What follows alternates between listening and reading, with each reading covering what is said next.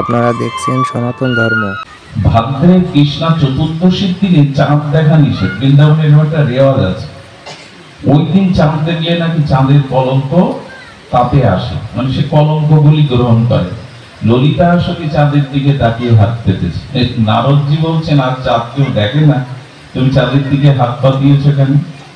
বলে, দেখো, কলঙ্ক কৃষ্ণ সবাইকে কম বেশি দিয়েছে, আমাকে পর্যন্ত দেয়নি। তাই যে আছে আজকের দিনে চাঁদে তাকালে যদি কলঙ্ক আসে, তো কৃষ্ণ কলঙ্কে আমি একটু কলঙ্কিনী হওয়ার জন্যই আমি চাঁদের দিকে তাকিয়ে।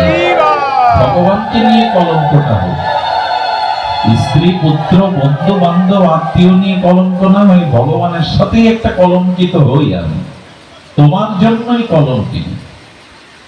রাধারানীকে বলছেন এইভাবে, তিমির রাতে অন্ধকারে গোবিন্দের সাথে দেখা করতে গেলে তোর কলঙ্ক হবে, তুই সূর্য পূজার নাম করে কৃষ্ণের সাথে দেখা করতে যাস, কলঙ্ক হবে। রাধারানী বললেন, ওটাই তো চেয়েছি, সংসারের কলঙ্ক যেন আমাকে না ছই, গোবিন্দে কলঙ্কে যেন আমি কলঙ্কিনী হতে পারি। কলঙ্কটা এই কথা থেকেই হয়। ভালুদাও কেন বলো, ভজন নেই, সাধন নেই, হরিনাম নেই, তীর্থে নেই, ঝাড়িতে কেন জানো? এই পথটা পরিষ্কার করে দিলে, যদি এই পথ দিয়ে কোনো সাধুগুরু বৈষ্ণব যায়, ভক্ত যায়, তখন এই পথ পরিষ্কার দেখে যদি সে একটু আশীর্বাদ করে দেয়, তাহলে আমার সব ঝাড়ু দেওয়াও ভক্তি হয়, যদি ভাবটা থাকে এই পথে ভগবান ভক্তরা।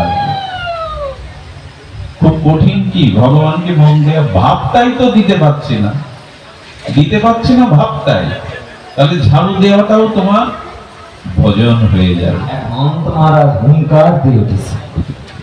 এই জগতে চায়ের নেশা, টাকার নেশা, মদের নেশা, গাড়ি বাড়ির নেশার চেয়ে বড় নেশা ভগবানের কথা শ্রবণ করার নেশা। একবার যদি কারোর ভগবানের কথা শ্রবণের নেশা জন্মে যায়, এই জগতে যত বড়ই নেশা থাক, তার হরি কথা নেশার উপরে কোনো নেশা হতে পারে। ভক্ত আমাকে খাওয়াইলে খায়, না খাওয়ালে আমি উপবাস যাই। বলে ভক্ত আমার মাতা পিতা, ভক্ত আমার গুরু, তাই তো ভক্ত জনের নাম দেখেছে বাঞ্ছা কল্প। মনরূপ কোন বস্তু বা পদার্থ খুঁজে পাওয়া যাবে না। দেহের মধ্যে খোঁজ করলে মনরূপ কোন বস্তু পদার্থ পাওয়া যাবে কি? যাবে না। কারণ মন অন্তরিন্দ্রিয়, সূক্ষ্মাতি সূক্ষ্ম। মনকে দেহের মধ্যে খুঁজে বস্তুরূপে কোনো ধর্মে পাওয়া যাবে না। যেমন হার্ট, কিডনি এগুলি পাওয়া যায়। গোবিন্দ বলছেন, আত্মাতে তো আমি আছি, কিন্তু সেটা সর্বাধি সাক্ষী রূপে। তুমি মনটা আমাময় করে তোলো, তোমার মনই আমি তোমার মন। এটাই ভজন সাধনের শেষ কথা। তোমার যে মন, ও বস্তু তুমি খুঁজে পাবে না, কিন্তু মনটা আমাময় করে তোলো। যেমন বন্যা হলে চারিদিকে বলে জলময় হয়ে গেছে, যেদিকে তাকান, যেদিকে যান সব জলময়। তেমনি মনটা আমাময় করে দাও, মচ্চিত্ত সর্বদুর্গানি। তাতে কি হবে? তখনই তোমার কোটি কোটি জন্মের যে দুর্গতি সব নষ্ট হবে। মচ্চিত্ত সর্বদুর্গানি, তোমার দুর্গতি নাশের উপায় হলো মনটা আমাময় করে দাও। আমার ভজনের গলিতে, প্রেমের গলিতে এসে মন হারিয়ে ফেলে। মনটা আমাময় করে দিয়ে আমাকে সমর্পণ করো, মচ্চিত্ত সর্বদুর্গানি। তাহলেই তোমার দুর্গতি যাবে, না হলে দুর্গতি যাবে না। আর কি বলছেন? মত প্রসাদাত্তরিশ্বসী। মনটা যে আমাকে দেবে, তখনই আমার প্রসাদরূপ কৃপা তোমাকে এই জগৎ সংসারের মায়া বন্ধন হতে মুক্ত করবে। মত প্রসাদাত্তরিশ্বসী, একথা যদি না শুনি ভগবান, মন যদি তোমাকে না দিয়ে সংসারকে দেই, মন যদি তোমাময় না করে সংসারময় করি, এই মাতাজি খেয়ালও করে না যে একটু পাঠ হচ্ছে।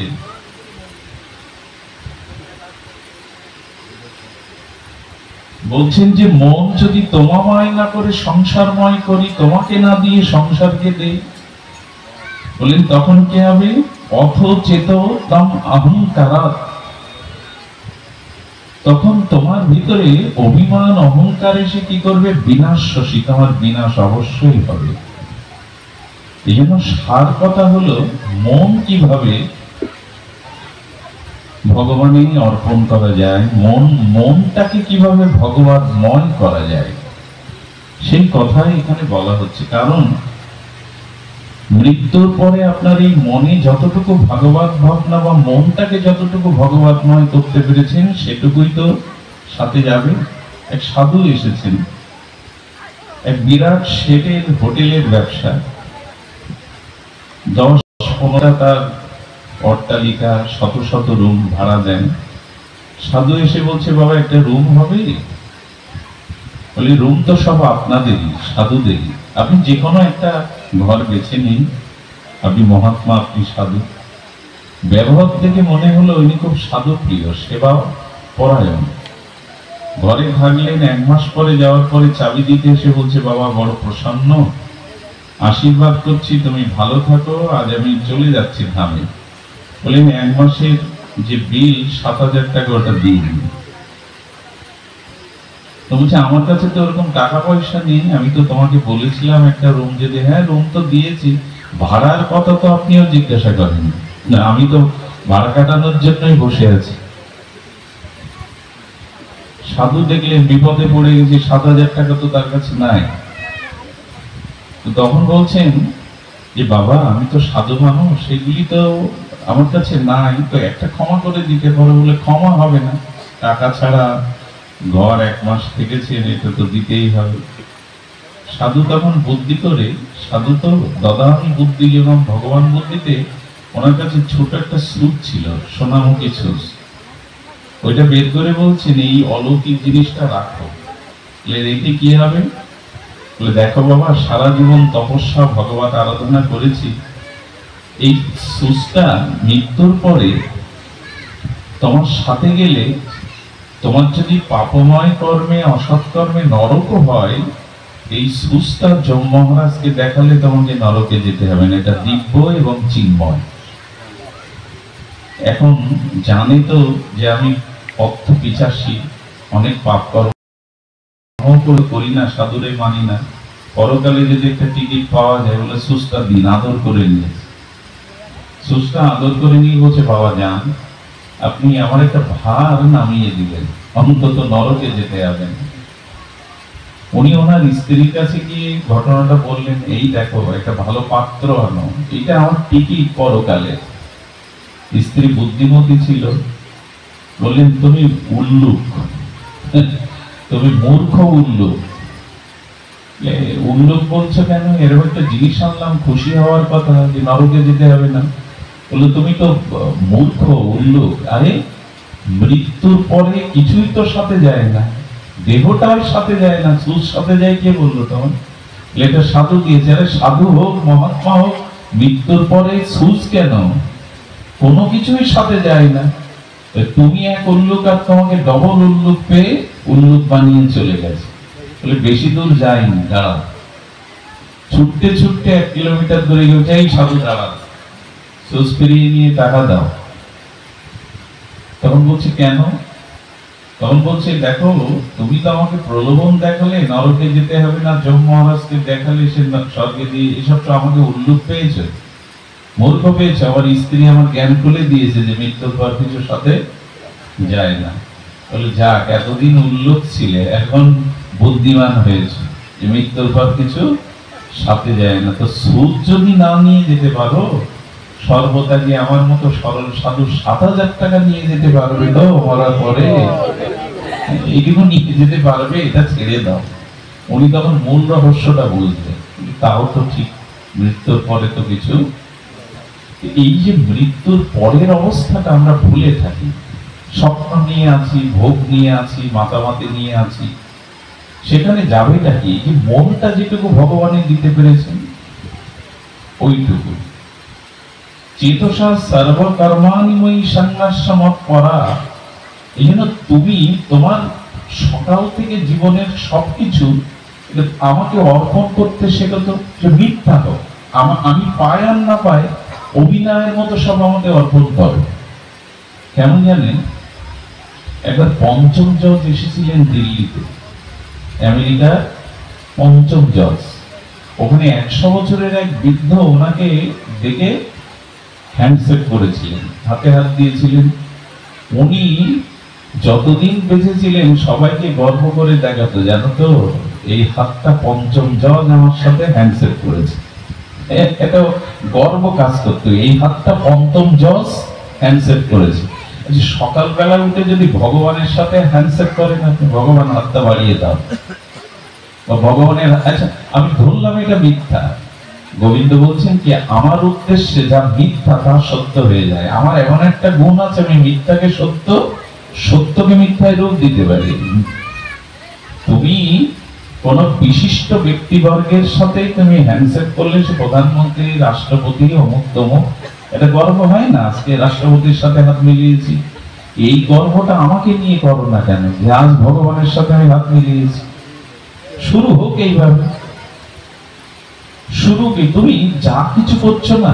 আচ্ছা যদি বলি কলঙ্ক, ভাদ্রের কৃষ্ণা চতুর্দশীর দিনে চাঁদ দেখা নিষেধ, বৃন্দাবনের একটা রেওয়াজ আছে। ওই দিন চাঁদে গিয়ে নাকি চাঁদের কলঙ্ক তাতে আসে, মানে সে কলঙ্কগুলি গ্রহণ করে। ললিতা আসলে চাঁদের দিকে তাকিয়ে হাত পেতেছে। নারদজি বলছেন, আর চাঁদ কেউ দেখে না, তুমি চাঁদের দিকে হাত পা দিয়েছো কেন? বলে দেখো, কলঙ্ক কৃষ্ণ সবাইকে কম বেশি দিয়েছে, আমাকে পর্যন্ত দেয়নি। তাই যে আছে আজকের দিনে চাঁদে তাকালে যদি কলঙ্ক আসে, তো কৃষ্ণ কলঙ্কে আমি একটু কলঙ্কিনী হওয়ার জন্যই আমি চাঁদের দিকে তাকিয়ে। ভগবানকে নিয়ে কলঙ্কটা হোক, স্ত্রী পুত্র বন্ধু বান্ধব আত্মীয় নিয়ে কলঙ্ক না হয়, ভগবানের সাথেই একটা কলঙ্কিত হই আমি, তোমার জন্যই কলঙ্কিনী। রাধারানীকে বলছেন এইভাবে, তিমির রাতে অন্ধকারে গোবিন্দের সাথে দেখা করতে গেলে তোর কলঙ্ক হবে। তুই সূর্য পূজার নাম করে কৃষ্ণের সাথে দেখা করতে যাস, কলঙ্ক হবে। রাধারানী বললেন, ওটাই তো চেয়েছি, সংসারের কলঙ্ক যেন আমাকে না ছই, গোবিন্দে কলঙ্কে যেন আমি কলঙ্কিনী হতে পারি। কলঙ্কটা এই কথা থেকেই হোক। অর্থাৎ ভগবান বলছেন, চেতসা সর্বকর্মাণিময়ী সংন্যাসমত করা, আমাপরায়ণ হয়ে কলঙ্কটাও মধুর হয়ে উঠবে। কৃষ্ণে কলঙ্কে কলঙ্কিনী শব্দটা শুনতে খারাপ লাগে নাকি? কৃষ্ণে কলঙ্কে কলঙ্কিনী, এ তো গর্বের বিষয়, কিন্তু অর্থের কারণে কলঙ্কিনী, সংসারের কারণে কলঙ্কিনী বা কলঙ্ক, এটা কি শুনতে ভালো লাগে? কৃষ্ণে কলঙ্কে কলঙ্কিনী শব্দটা বললেও মধুর লাগে। এজন্য যা কিছুটা ভগবানের সাথে একটা সম্বন্ধ যুক্ত করে করো না। বলে ভগবানের, দেখুন একটা জিনিস বলি, ভগবান প্রাপ্তির জন্য কোন বস্তুর ক্ষেত্রের অভাব নেই। সাধু পাচ্ছি না, হরিবাসর পাচ্ছি না, বৃন্দাবনে যেতে পারছি না, এইসব না। অভাবটা বস্তু, ব্যক্তি, পরিস্থিতির না, অভাবটা ভাবে। খুব ধ্যান দিয়ে শুনুন, অভাবটা কিসের? ভাবে। বৃন্দাবনে যেতে পারছি না, গুরুদেব পাচ্ছি না, উপযুক্ত সাধু সঙ্গ পাচ্ছি না, সমর্থ মহাপুরুষ পাচ্ছি না, এগুলো না। বলে যা কিছুর অভাব তোমার ভাবে। ভাবটা যদি তুমি ভিতরে আনতে পারো, বলো যদি ভাব হয় তোমার, কিছু মনে করবেন না, যদি ভাব হয় তো ভগবান বলছেন কি, দেখো আমার জন্য তোমার আলাদা কিছু করা লাগবে না, ঝাড়ু দিলেই আমায় পাবে। ঝাড়ু দেওয়া, ঝাড়ু দেওয়াটা খুব গর্বের কাজ। কেউ বলে ভগবানের জন্য কি কর্ম, আমি জপ করতে গেলে ঘুম পাই, গ্রন্থ পড়তে পারি না, ধামে যেতে পারি না, সময় নেই, ভগবানকে প্রসন্নতার জন্য কি করব? ভগবান বললেন, নতুন কাজ শুরু করো, ঝাড়ু দাও। ঝাড়ু দিলে তোমায় পাওয়া যাবে। বলো বহুজন পেয়েছে, সবরই রাস্তা ঝাড়ু দিত। ভাবটা কি থাকতো?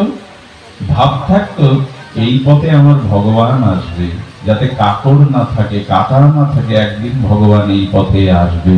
ভাবটা কি ছিল? এই পথে ভগবান আসবে। এলেও তাই, ভগবান বলছে ঝাড়ু দিয়েও আমাকে পাওয়া যায়, যদি ভাব এই থাকে এই যে পথটা ঝাড়ু দিচ্ছে যাতে একদিন ভগবান এই পথ দিয়ে।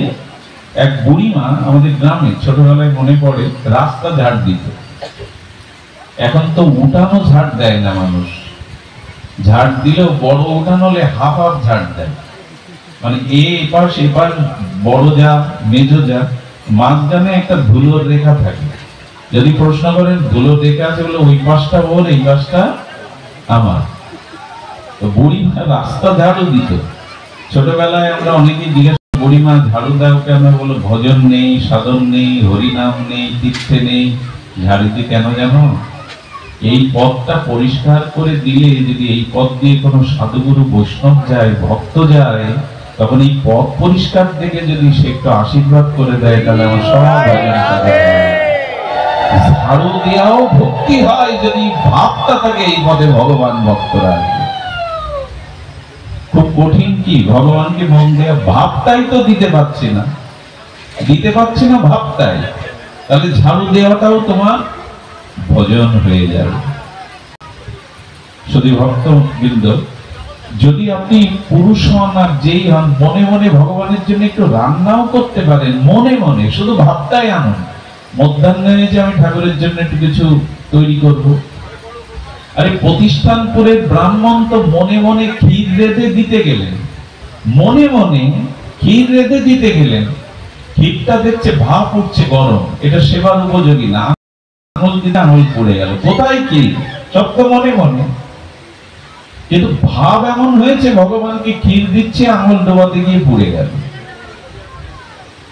মনে মনে রান্নাটাও ভক্তি।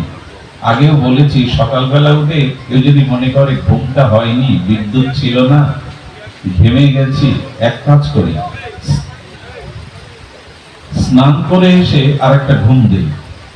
শরীর সুখের জন্য, নিজের শরীরে আরামের জন্য যদি ভোরবেলা স্নান করে এসে আবার ঘুমান, এই ঘুমটা একরকম। আর যদি ভোরবেলা উঠে মনে করেন একটু মন্দিরে যাব, তাকে একটু মঙ্গল আরতি দেব, যাই একটু স্নান করে তিলক নিয়ে মন্দিরে ভগবানকে মঙ্গল আরতি দেয়, দুটোই স্নান, একই জল, একই বাথরুম, একই জল। একটা স্নানে ভক্তি হলো, আর একটা স্থানে দেহাবেশ হলো। যে স্নানটা নিজের দেহের জন্য করলাম সেটা কামনাময় হয়ে গেল, আর যে স্নানটা মন্দিরে যাব ভগবানকে আরতি দর্শন করব বলে করলাম, এই স্নানটাই ভক্তি। আমি কি বোঝাতে চাচ্ছি তাই তো আমিও জানি না। বলতে চাইছি সব কর্মটা ভাবের দিয়ে যদি তার উদ্দেশ্য করছেন, সংসারের কর্ম উদ্দেশ্যটা ভগবানের দেওয়া যদি হয়, ভক্তি হয়ে যাবে। মই সংরাসমত পরা, আমার পরায়ণ হয়ে এই সংসারে কাজ করে। নাম যজ্ঞ এটা কার জন্য? কমিটি যদি মনে করে আমাদের জন্য, আমরাই করছি, ভালো দল, ভালো ডেকোরেটর এনে সব গেল, বর্ষে ঘি ঢাললেন, ছায়ে ঘি ঢাললেন, যজ্ঞের উদ্দেশ্য হলো গোবিন্দ আনন্দ পাবেন, আমরা যা কিছু করছি ভগবানের আনন্দের জন্য, তাহলেই ওটা যজ্ঞ হলো, না হলে হয়ে গেল আমরা করছি, আমার দ্বারাই হচ্ছে, আমি সেক্রেটারি, আমি সভাপতি, এরকম যোগ্য আশেপাশে হয় না। ভালো দল, ভালো ডেকোরেটর সব হয়ে গেল, আমরা খিচুড়ি দেইনি, আমরা অন্ন সবজি দিয়েছি। সব উদ্দেশ্য হতে হবে ভগবানকে আনন্দ দেওয়ার জন্য, তবেই আপনার জীবন বদলাবে, অভিশাপ মুক্ত হবে। তা নাহলে নিজের জন্য করছি এইটাই আপনাকে শেষ করে দেবে। এই জন্য চেতসা সর্বকর্মাণি, চিন্তার দ্বারা করে দেখো, কর্ম তোমার নাই, কর্ম আমার জন্য করো, তাহলেই সেটি কল্যাণময় হয়ে যাবে। রুহিদাস কর্ম করছেন জুতো সেলাই। কি করছেন? জুতো সেলাই কাশিতে। তো জুতো সেলাই করে ভক্ত হওয়া যায়? কারো পায়ের জুতো পালিশ করে ভক্ত হওয়া যায়? করছেন তো রুহিদাস তাই, কিন্তু ভক্তি হচ্ছে কেন? রুহিদাসের কাছে ভগবান আসছে কেন? রুহিদাস পরম বৈষ্ণব কেন? কারণ কি জানেন? জুতো সেলাই করে আর ভগবানের নাম করে। আর কি করে? সাধুর জুতো সেলাই করে হাত জোর করে বলে, আমি আপনার কাছে কোনো পারিশ্রমিক নেব না। সাধুর জুতোতে কোনো পরিশ্রম নেবে না। ওই দেখুন সেবাটা জুতো সেলাই করতে করতে বৈষ্ণব হচ্ছে রুইদাস, মানে কর্মটা ভাবের দ্বারা ভগবানের উদ্দেশ্য করছেন যে সাধু সেবা হচ্ছে। সাধু জুতো সেলাই করে কোনোদিন পয়সা নেবেন না। আর যা কিছু সেলাই করে হয়, দুপুরে বাজার করে, ভোগ লাগায়, চারিপাশে দেখে কোনো সাধু টাধু আছে কিনা, তাকে দুটো অতিথিকে দিয়ে পায়। ভগবান একদিন নিজে এলেন, জুতো সেলাই করে কিন্তু ভাব আমার দিকে, সাধুর কাছে পয়সা নেয় না। ভগবান নিজেই সাধুর বেশ ধরে এসে জুতো পালিশ করছে, সেলাই। বলে রুইদাস সারা ভারত ঘুরতে যাব, জুতোটা ভালো করে সেলাই করো। করেছে, করার পরে বলছেন দেখো আমার কাছে কিছু পয়সা কড়ি আছে, এটা নিয়ে যদি আমি যাই তীর্থে আমার শত্রু বাড়বে, এইটা আমি তোমাকে দিয়ে যাচ্ছি। বললেন প্রভু নিয়ম তো লঙ্ঘন করতে পারবো না, পয়সা আমি সাধুর কাছ থেকে কখনো নেই, নাচ তো আমি নিয়ম লঙ্ঘন করতে পারবো না। পয়সার থলেটা আবার ওনার হাতে দিয়ে দিচ্ছে। ভগবান মনে মনে ভাবছেন একে সহজে কিছু করা যাবে না, সাধুর জুতো সেলাই করে তো সে পয়সাই নেয় না। তখন ভগবান বলছে কিছু মনে করো না, আমার কাছে মূল্যবান একটা জিনিস আছে, এটা যাত্রার কাছে, তোমার তো পয়সার লোভ নাই, তোমার কাছে রাখা যায়, নেই পরশ পাথরটা রাখো। ভগবান চিন্তা করলেন যদি দিলে ওর মতি ঘুরে যায়, পরশ পাথর তো সহজে পাই না কেউ। তখন বললে ভগবান কি বললেন, বলে পরশ পাথর, তো ওই চামড়া ভেজানো যে পাত্র আছে বলে ওর মধ্যে রাখা, চামড়ার মধ্যে থাকলে কেউ খুঁজে পাবে না। বলে তুমি নেবে না, পরশ পাথর নিয়ে আমি কি করবো? ভগবানকে বলছেন আমি কি করব? বলি তুমি তাহলে বিশ্বাস করতে পারোনি এটা পরশ পাথর। গোবিন্দ করেছে কি, ওই যে জুতো যার উপরে রেখে বাড়ি দেয় লোহার, ওইতে শুয়ে দিয়েছে, সঙ্গে সঙ্গে সোনা হয়ে গেছে। সঙ্গে সঙ্গে রুইদাস বলছেন প্রভু তাহলে তো মোটেও রাখবো না আমি। বলেন এইখানে থাকলো 1 বছরে তুমি এর দ্বারা যা কিছু করে নিও, আমি এসে আবার ফেরত নেব। 1 বছর পর ভগবান আবার ওর ওখানে এসে বলছেন সেই সুপ্রির ঘর, সেই জুতো সেলাই, সেই ছেঁড়া জামা, বলে পরশ পাথর নিয়ে কিছু করনি 1 বছর? বলল সে কথা তোমার মনেই নেই, ওই যেখানে রেখে গেছি ওখানেই আছে। মুখে মুখে ভক্ত ভাবা যায়। ভগবান তখন চিন্তা করলেন পরশ পাথর পেয়েও যে ভুলে যায়, এই অবস্থা বদলায় না, ও শুধু চায় আমাকে, ও শুধু চায় সাধু সেবাকে, এমন ভক্তকে আমি কি করি বলতো? ঘরে শালগিরাম শিলা পূজা করতো, ওই বিগ্রহ শালগিরাম শিলা। স্ত্রী সকালে চেঁচিয়ে উঠেছে, আসলে দেখো এই শিলা থেকে 5টা মোহর প্রসাব করেছে। গোবিন্দ বলছেন এইবার কি করে দেখি। ওর ঘরেই মোহর ঢুকিয়ে দিয়েছে, শিলা বিগ্রহের থেকে 5টা মোহর বেরিয়েছে। মোহর কটা হাতে করে নিয়েছে, নিয়ে গঙ্গায় ছুঁড়ে ফেলে দিয়েছে। দিয়ে শিলা বিগ্রহকে বলছেন ভগবানকে কালকে যদি আবার লোক দেখাতে পাঠাও, শিলা বেগ দিয়ে তোমাকে গঙ্গায় ছুঁড়ে মারবো, রাখবো না ঘরে। কেন বারবার পরীক্ষা নিচ্ছ? আমি অর্থ চাই না, সামর্থ্য চাই না, আমি জমিদারি চাই না, আমি শুধু তোমাকে চাই, তোমাকে ভালোবাসতে চাই, অন্য কিছু চাই না। কাল যদি ঘরে পাঠাও ফেলে দেবো আমি। গোবিন্দ দেখছেন আজ কি করি। কালকেও আবার সেই 5টা মোহর দিয়েছে শিলা বিগ্রহ থেকে। সঙ্গে সঙ্গে শিলার মোহর গুলো যে ফেলতে যাবে, ভগবান প্রকাশ হয়ে গেছে। কি বলছে জানেন? হাত জোর করে বললে রুইদাস একবার অন্তত আমাকে জিততে দাও, বারবার তুমি জিতে যাবে, আমাকে একবার জিততে দাও, আমাকে একবার জিততে দাও, কিছুই দিতে পারবো না তোমায়। গোবিন্দ যখন কাঁদছেন কিছু দিতে পারবো না, তখনই রুইদাস বলছেন তোমার চোখে জল মানায় না ঠাকুর, তোমাকে আনন্দ দেওয়ার জন্যই তো সবকিছু, তোমার চোখে জল মানায় না, তবে তুমি কিছু নাও। বলে মোহর দিও না, আমি তোমার ভক্তিটাকে চাই। জুতো সেলাই করি কেন জানো? সাধুর জুতোতে হাত দিলে তাদের জুতোটা ধুলি মাখা থাকে, ওই ধুলি অঙ্গে মাখলে ভক্তি হয় বলে বসে জুতো সেলাই করছে। রবিদাস সাধারণ কেউ না, 7 জন্ম ব্রাহ্মণ ছিলেন ইনি। তো বলছেন ভগবান সাধুদের তো কিছু দিতে পারি না, মাঝে মাঝে মনে হয় গায়ের চামড়াটা কেটে যদি সাধুর জুতোই লাগিয়ে দিতে পারতাম, তাহলে হয়তো কৃষ্ণ ভক্তি হতো, ভগবান ভক্তি হতো। এইভাবে যখন বলছেন, গোবিন্দ তখন বললেন আমি তোমাকে একটা বাড়ি করে দেব, আর 2-4 জন সাধু এসে যাতে অভুক্ত না থাকে, তোমাকে আমি কিছু সম্পদ দিয়ে দেব। বলে তুমি যদি কষ্ট পাও আমি তোমার কষ্ট চোখের জল চাই না, করে দিতে পারো। একটা শেতের রূপ ধরে কয়েক কাটা জায়গা কাশিতে কিনে গঙ্গার থেকে একটা বাড়ি করে দিয়েছিলেন। যেদিন বাড়িতে উঠবে, সেই নারায়ণ শিলা নিয়ে ওঠার যখন উঠবে তখন বলছেন এই বাড়িতে আমি প্রবেশ করব না। শিলাকে বলছে প্রভু এখানে কোনো সাধু নিবাস নেই, কোনো সাধুদের থাকবার জায়গা নেই। আমরা লক্ষ্য করেছি খুব ধনীদের বাড়ি দেখবেন গেস্ট রুম থাকে, আত্মীয় স্বজনের জন্য আলাদা একটা ঘর খুব পরিপাটি করা থাকে, কিন্তু দেখবেন সাধু গেলে তারা চিন্তায় পড়ে যায় কোথায় থাকতে দেব।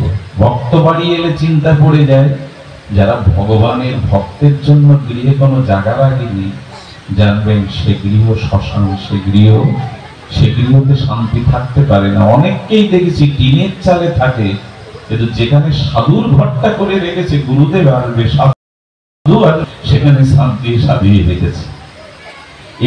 এরাই বুঝেছে ভক্ত মহিমা। তো রুইদাস বলছেন ভক্ত নিবাস না হলে আমি সেখানে প্রবেশ। গোবিন্দ বাধ্য হয়ে একটা ভক্ত নিবাস করে দিলেন, সাধু নিবাস করে দিলেন। আমি এই কারণে দৃষ্টান্তটা দিলাম না, জুতো সেলাই করেও যদি সাধু সেবার ইচ্ছা থাকে তাহলে এইভাবেও পারা যায়, এভাবে পারা যায়। ভাব যদি থাকে না, রুইদাসের কাছে জুতো সেলাই করতে আসতো একজন রাজ পণ্ডিত। সেই রাজ পণ্ডিত রাজার হয়ে গঙ্গায় পূজা দিতে যেত 1650-এ। যেতে যেতে মাঝে মাঝে জুতো পালিশ করে নিতে হলো, রুইদাস তুমি গঙ্গায় যাও না কেন, কাশিতে বাস করো, গঙ্গায় স্নান করো না কেন, চলো আমার সাথে। বলেন আমার গায়ের হাওয়া লাগলে ওখানে যারা সন্ন্যাসী ব্রাহ্মণ আছে তারা অপবিত্র হয়ে যাবে, আমি বুঝি, এই জন্য আমি যাই না। ভাবটা দেখুন, ওখানে আমি যাই না, গেলে আমার গায়ের ছোঁয়া ছায়া লাগলে ব্রাহ্মণ পণ্ডিতদের এক কাজ করুন, আপনি তো মা গঙ্গা পূজা প্রতিদিন যান, আমার এই দুটো পলা একটু মা গঙ্গাকে দেবেন। হাসছে মনে মনে, 1650 দিয়ে গঙ্গা পূজা করি আর দুটো পলা পাঠাচ্ছে মা গঙ্গার জন্য। তখন বুঝতে পারেনি রহস্যটা। গঙ্গা পূজা সমাপ্ত করে মনে করছে ও দুটো তো পলা দিয়েছিল, তো ফেলে দিয়ে যায় গঙ্গায়, আর কি করবে, এ কি পূজায় দেওয়া যায়? ফেলে দেওয়ার নাম করে যে ছুঁড়ে মারতে গেছে, পতিত পাবনী সদ্য পাতক নাশিনী গঙ্গা দেবী হাত বাড়িয়ে দিয়েছে। হাত বাড়িয়ে দিয়ে বলছেন পণ্ডিত ওটা ভক্ত রুহিদাসের দেওয়া, ওটা ফেলে দিও না, ওটা আমার হাতে দাও। পণ্ডিত থর হয়ে দাঁড়িয়ে গেছে। সারা জীবন গঙ্গা স্তোত্র করলাম, গঙ্গার প্রণাম করলাম, গঙ্গায় জপ করলাম, কিন্তু রুহিদাসের কলা নেওয়ার জন্য আমার হাত বাড়িয়েছে। হে দেবী, তোমার এত প্রিয় ভক্ত, বললেন এক কাজ করো, আমার এই হাতের বালাটা রুহিদাসকে গিয়ে দিয়ে বলবে আমি দিয়েছি তাকে উপহার। বালাটা হাতে নিয়ে গঙ্গা দেবীর তো চিন্ময় বালা হাতে নিয়ে মনে করছে এটা আমার কাছে থাকে, এটা আমি রুহিদাসকে দেব না। উনি স্বর্ণকারের কাছে গিয়ে বলছেন দেখুন তো এই বালাটা কত দিতে পারেন। উনি হাতে নিয়ে বলছেন এটা কোথা থেকে পেয়েছেন আপনি? পৃথিবীর কোন কারিগর দ্বারা, স্বর্ণকারের দ্বারা এমন বালা, এটা দিব্য কোন লোকের বালা, কোথায় পেয়ে? বলে যেখানে পাই তুমি কিনবে। বলে এটা কেনার পুঁজিও তো আমার নেই। বলে যা আছে দেখো, কুড়িয়ে কাড়িয়ে সিন্দুক খুলে বললে 1000 টাকা। বলে এটাই দাও। 1000 টাকা 500-700 বছর আগের ঘটনা, অনেক মূল্য। ওইটা নিয়ে উনি গেছেন ওই স্বর্ণকারের দোকানে, ওই কাশির ওর পিতার ধনী স্ত্রী এসেছে বালা তৈরি করতে, বহু বালার মডেল দেখাতে দেখাতে ওটা দেখিয়ে ফেলেছে। বললেন এটা কত দাম? চাই না 3-4 হাজার টাকা। 4000 চেয়েছে, বললো আরো চাইলে দিতাম, এরকম বালা তো আমি কোনোদিন দেখিনি। নগর শেঠের স্ত্রী বালা কিনে নিয়ে হাতে পড়ে গেছে। ওনার সাথে আবার কাশীর রাজা, বারাণসীর রাজার সাথে, রাজার রানীর সাথে এনার সাথে সই, বান্ধবী। রানীর সাথে দেখা করতে গিয়ে হাত দোলাতে দোলাতে সেই চিন্ময় মা গঙ্গার হাতের বালাটা দেখে বলছেন এই বালা তুমি কোথা থেকে গড়িয়েছো? বলে স্বর্ণকারের কাছ থেকে। বলে আমি 10,000 টাকা দিচ্ছি, দয়া করে বালাটা আমায় দাও। এরকম বালা আমি জগতে কখনো দেখিনি। রানী তো রাজাকে বললেন রাত্রে এরকম আর একটা বালা আমাকে গড়িয়ে দিতে হবে, যে কিছুর বিনিময়ে। গড়িয়ে দেবো, কিন্তু বালাটা কোথা থেকে এনেছে একবার জানতে হবে তো, ডাকো তো তোমার বান্ধবীকে। বান্ধবী বলছেন অমুক স্বর্ণকারের দোকান থেকে। স্বর্ণকারকে ডাকাকারে বলছেন বালা আমি তৈরি করিনি, আপনার রাজ পুরোহিত বালাটা আমাকে বিক্রি করেছিল। পুরোহিতকে দেখিয়ে রাজা বলছে, চিনতে পারছো? বলে হ্যাঁ। বলে এই আরেকটা বালা কোথায়? বলে আরেকটা বালা আমার ঠাকুরমার ছিল, হারিয়ে গেছে। নানান গল্প বানাচ্ছে। বলো তা বললে তো হবে না, 3 দিনের মধ্যে যদি বালা না এনে দিতে পারো আমি তোমাকে গর্দানি দেবো। রানী চেয়েছে, তাকে দিতেই হবে। রাজা চোখের জল ফেলতে ফেলতে সেই রবিদাসের কাছে এসে বলছে, রবিদাস, মা গঙ্গা তোমাকে বালা দিয়েছিল, দেইনি, রেখে দিয়েছিলাম। পূর্ব ঘটনা বললেন। রবিদাস এসে তখন বললেন, পণ্ডিত পণ্ডিত এখন তোমার জন্য আমি কি করতে পারি? বলে আবার একটু গঙ্গায় চলো। গঙ্গাকে দুটো কলা দাও, নিশ্চয় আর একটা হাত বাড়িয়ে দেবে, আর একটা বালা দেবে। বললেন, তুমি কেঁদো না, ভক্তের চোখে জল আমার ভালো লাগে না, তবে শোনো, মন যদি চাঙ্গা হয় কঠোরিতেও গঙ্গা আসে। ওই যে চামড়া ভেজানে, ওনার যে চামড়া ভিজিয়ে রাখতো পাত্রে, মাকে প্রণাম করে বলছে, মা আমার জন্য নয়, এই রাজপুরোহিত সাজা ভোগ করবে, মা দাও না, প্রসন্ন হও না। মা যেই গঙ্গাকে প্রণাম করেছেন, কুটিরের ভেতর থেকে হাত বাড়িয়েছে মা গঙ্গা। ওরে রবিদাস, তোর জন্য আমি সব দিতে পারি। যারা গোবিন্দ চরণ আশ্রয় করে ভজন করে, তাদের সেবা করতে পারলে আমাদের মন প্রসন্ন হয়। আর একটা বালা দিয়ে দিলেন। এই হলো রবিদাস। গঙ্গা চামড়া ভেজানো বস্তুর মধ্যেও চলে আসে। ভগবানের উদ্দেশ্যে সবকিছু করুন, সব স্থান ভক্তিময় হয়ে যাবে, সব কর্মই ভক্তিময় হয়ে যাবে। রবিদাস তার সব থেকে বড় প্রমাণ। সাধু দ্রব্য ভাবের দ্বারা হলে কত পবিত্র হয় জানেন? ভাবের দ্বারা হলে কি পবিত্র? ওই যে ঝাড়ু দেওয়াটাও ভক্তি হয়ে যায়। সবরই ঝাড়ু দিতে দিতে রাম ওই পথে এলো। রান্না করাটাও ভক্তি হয়ে যায়, যদি ভগবানের উদ্দেশ্য করছি এই ভেবে যে তিনি সেবা নেবেন। সবকিছু নির্ভর করছে আপনার ভাবের উপরে। আপনি কোন স্থানে আছেন, কোথায় আছেন, কি অবস্থায় আছেন, এটা না, আপনি ভাব বা মনটা যদি গোবিন্দময় করতে পারেন, ওইখানেই সব ধরা দেবে। যেমন চামড়া ভেজনে কটুরিতেও গঙ্গা হাত বাড়িয়ে দেয়। এটাই ভক্তির মহিমা, এটাই ভগবত ভক্তির মহিমা। রাজা এসেছেন, রাজা এসে বলছেন, রবিদাস, আমি তো তোমার চরণামৃত নিতাম। উনি মনে মনে তখন ভগবানকে অভিষেক করছিলেন। আর অভিষেক করতে করতে ওই অভিষেকের চরণামৃত ভাবের দ্বারা হাত দিয়ে তুলে চামড়া ভিজানো জল দিয়ে বলছে, রাজা চরণামৃত না।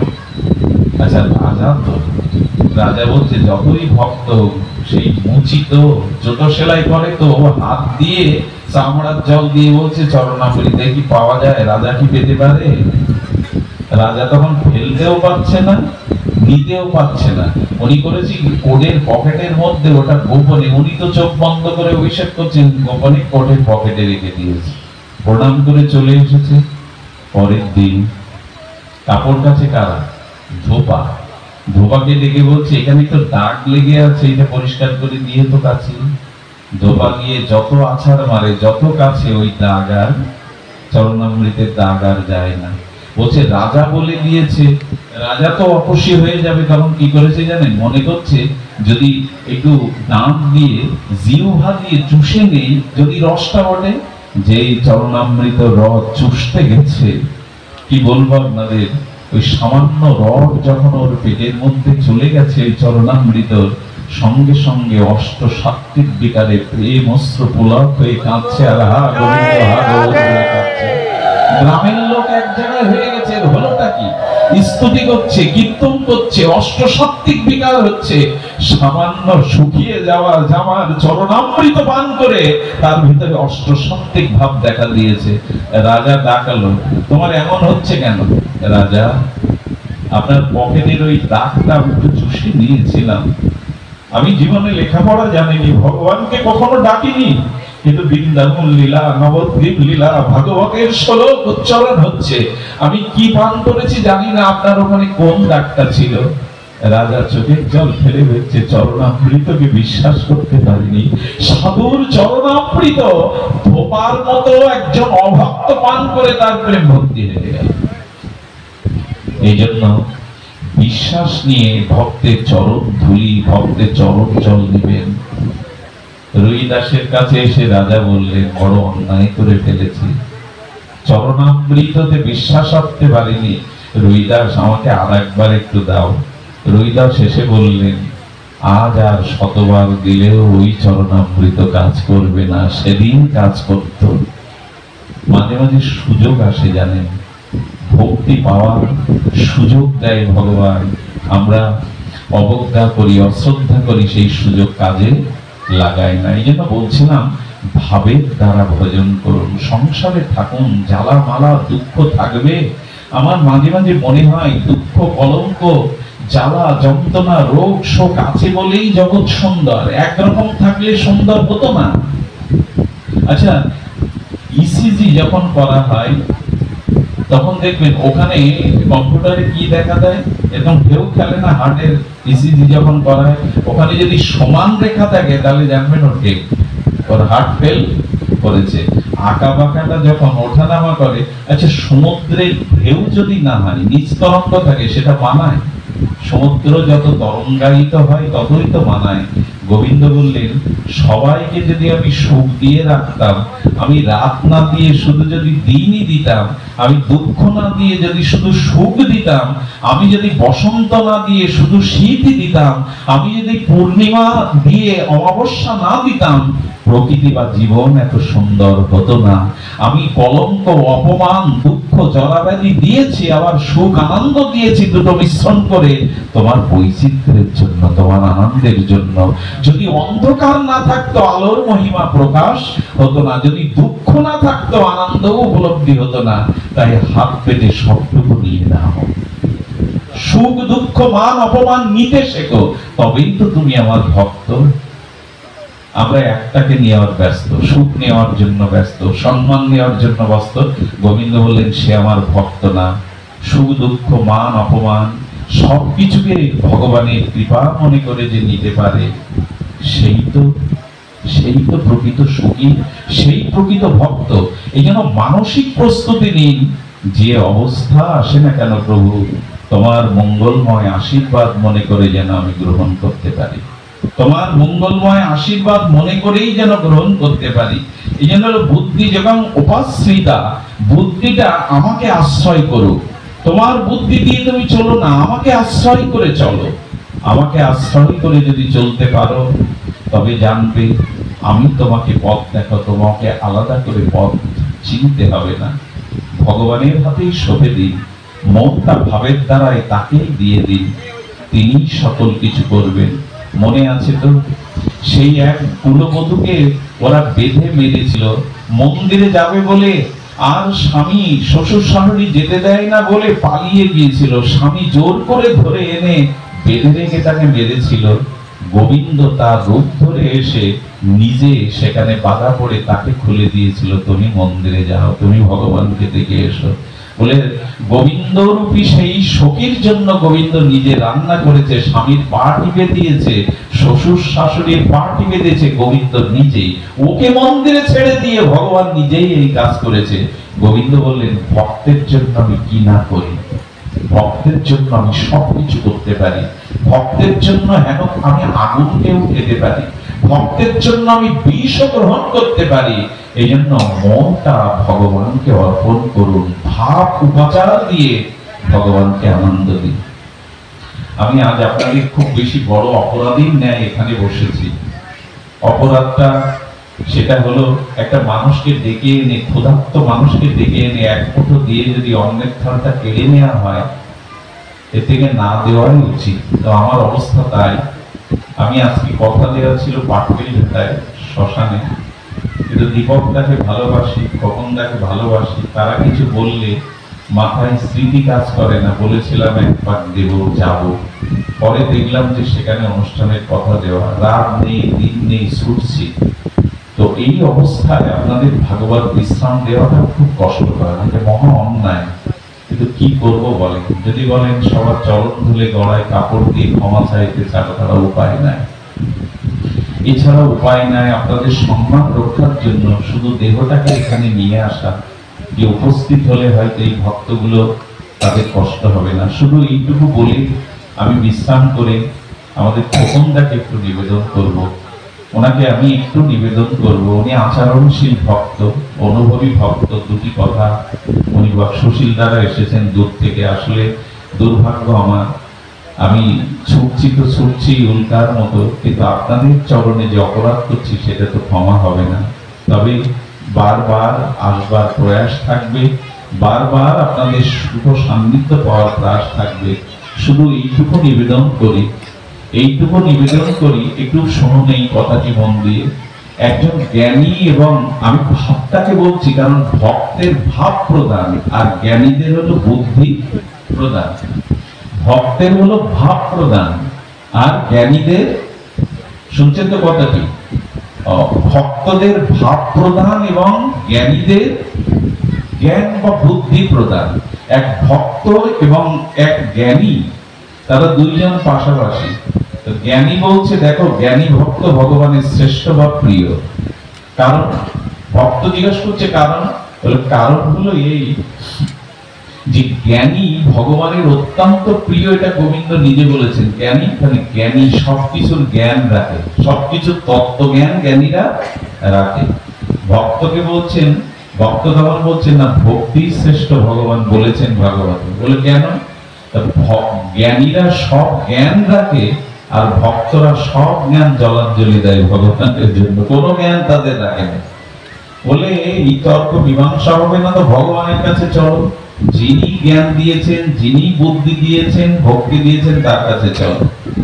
জ্ঞানী ভক্ত আর শুদ্ধ ভক্ত ভগবানকে কি বলছেন, কে বলো, তুমি নিজ মুখেই বলো। তো গোবিন্দ তখন বলছেন, জ্ঞানী ভক্ত আমার আত্মা। কি বলছেন? জ্ঞানী ভক্ত আমার আত্মা, হৃদয়ে থাকে। তখন এই ভক্তটা কাঁদতে কাঁদতে চলে যাচ্ছে, কারণ আত্মার থেকে প্রিয় তো আর কিছু হতে। জ্ঞানী যখন গোবিন্দের আত্মা, তখন আমার আর জাগে কি? আমি সহজ সরল ভাব দিয়ে ভগবানকে ডাকি।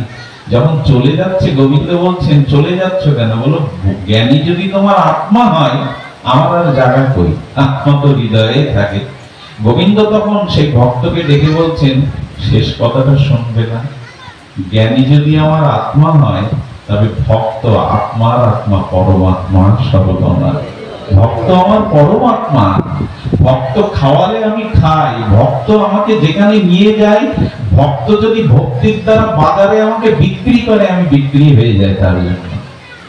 তখন ভক্ত বললেন, হ্যাঁ, ভক্ত প্রিয় কেন জানেন? ভক্ত ভাব দিয়ে ভগবানকে আনন্দ দিতে চেষ্টা করে, আর জ্ঞানী নিজের বুদ্ধিমত্তায় নিজের কাজ সাধন করে। এই যে বলছিলাম, ভক্ত যাচ্ছে, জ্ঞানী যাচ্ছে, দুজনের জল পিপাসা লেগেছে। জ্ঞানী বলছে সামনে কুয়ো আছে, কুয়োর সামনে গিয়ে কি করেছে জানেন? জ্ঞান যোগের দ্বারা হাতটা লম্বা করে কমণ্ডল থেকে, কুয়ো থেকে জল তুলে খাচ্ছে, হাতটা 20 ফুট লম্বা করেছে। ভক্তকে তখন বলছেন, এবার তোমার পালা, তোমারও তো জল পিপাসা। বলে আমার পিপাসা লাগেনি, আমার হৃদয়ে গোবিন্দ আছেন, ওনার পিপাসা লেগেছে। তুমি যাও। উনি তখন কাঁদতে বসেছেন, তুমি তো যোগ জানো, তপস্যা জানো, আমি তো হাল লম্বা করতে জানি না। আমার গোবিন্দের জল পিপাসা লেগেছে, তিনিই জানবেন। বলে প্রভু, আমার তো কোনো সিদ্ধি জানা নেই, আমার তো কোনো অলৌকিক ক্ষমতা নেই। কাঁদতে বসেছে। তখন কুয়ো থেকে ফোয়ারা হয়ে জল উপরে উঠছে। কুয়ো যেমন ফোয়ারা হয়ে জল উপরে ওঠে, উপরের জলটা কষ করে গোবিন্দকে নিবেদন করে বলছেন। যোগী তখন তাকিয়ে বলছেন, ও মা, আমি তো হাত বাড়িয়ে জল তুললাম, আর জল তো তোমাকে ছাপিয়ে তোমার কাছে এলো, আমার থেকে তুমি বড় সিদ্ধি জানো। বলেন, আমার কোনো সিদ্ধি এতে নাই, জানো, আমার গোবিন্দেরই পিপাসা লেগেছিল, উনি জল তুলে লীলা করেছেন, উনি আবার সেই জল খেয়েছেন। ভক্ত কোনোদিন নিজের শক্তি বুদ্ধির উপরে বিশ্বাস করে না, সে জানে আমার গোবিন্দের উপরেই বিশ্বাস। আপনারা কমিটির যদি কেউ থাকেন, আমি হাত জোর করে অনুরোধ করছি, ভুল বুঝবেন না কারো প্রতি। কারণ কখনো কখনো আমাদের এরকম একটা সমীক্ষায় পড়তে হয়, পরীক্ষায়। আমি আপনাদের এই যজ্ঞের সর্বাঙ্গীন মঙ্গল কামনা করি, আপনাদের সকলের জীবনে কৃষ্ণ ভক্তি প্রার্থনা করে আজকের মতো বিদায় চাইছি। কথা দিচ্ছি, আগামীতে যদি সুযোগ পাই, আপনাদের চরণে আসবার উপায় আছে। আমার খোকনদা একটু নির্দেশ দিলেন, ওনার আদেশ নির্দেশ দিলেন, উনি কিছু বলবেন শেষে। তবে শুভঙ্কর আপাতত ভক্তপ্রভা, উনি হরি কথা নিয়ে আসছেন। আপনারা ভালো থাকুন, পারলে আমার জন্য একটু ক্ষমা সুন্দর দৃষ্টি দিয়ে ক্ষমা করবেন। জয় নিতাই গৌর প্রেমানন্দ। আপনারা সকলে মিলে আশীর্বাদ করুন সম্মিলিত ভাবে।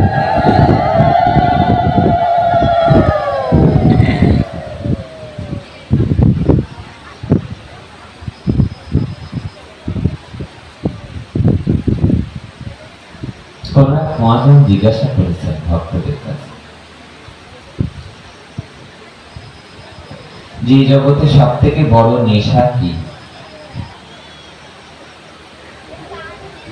প্রত্যুত্তরে অনেকেই উত্তর দিয়েছেন, চায়ের নেশা বড় নেশা। তার পাশ থেকে একজন বলছে যে না, তোমার নেশার চেয়ে আমার নেশা আরো বড়। তাহলে কি বলে, আমি তাস খেলি, আমার নেশাটা বেশি বড়। পাশ থেকে আরেকজন উঠে দাঁড়িয়ে বলছে যে চায়ের নেশার চেয়ে তাসের নেশা, এর চেয়ে বড় নেশা হলো মদের নেশা।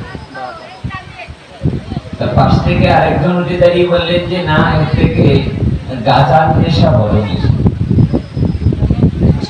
পাশ থেকে আরেকজন বলছে যে না, টিভি দেখার নেশা সব থেকে বড় নেশা। এক মন্ত্র মারা হুঙ্কার দিয়ে উঠেছে, এই জগতে চায়ের নেশা, টাকার নেশা, মদের নেশা, গাড়ি বাড়ির নেশার চেয়ে বড় নেশা ভগবানের কথা শ্রবণ করার নেশা।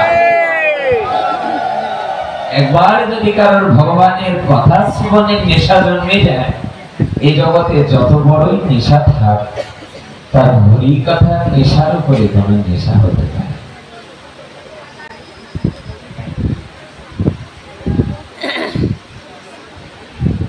উনি পাঠ বিশ্রাম নিয়েছেন যে ভক্তের যে মহিমা গুণ কীর্তনের।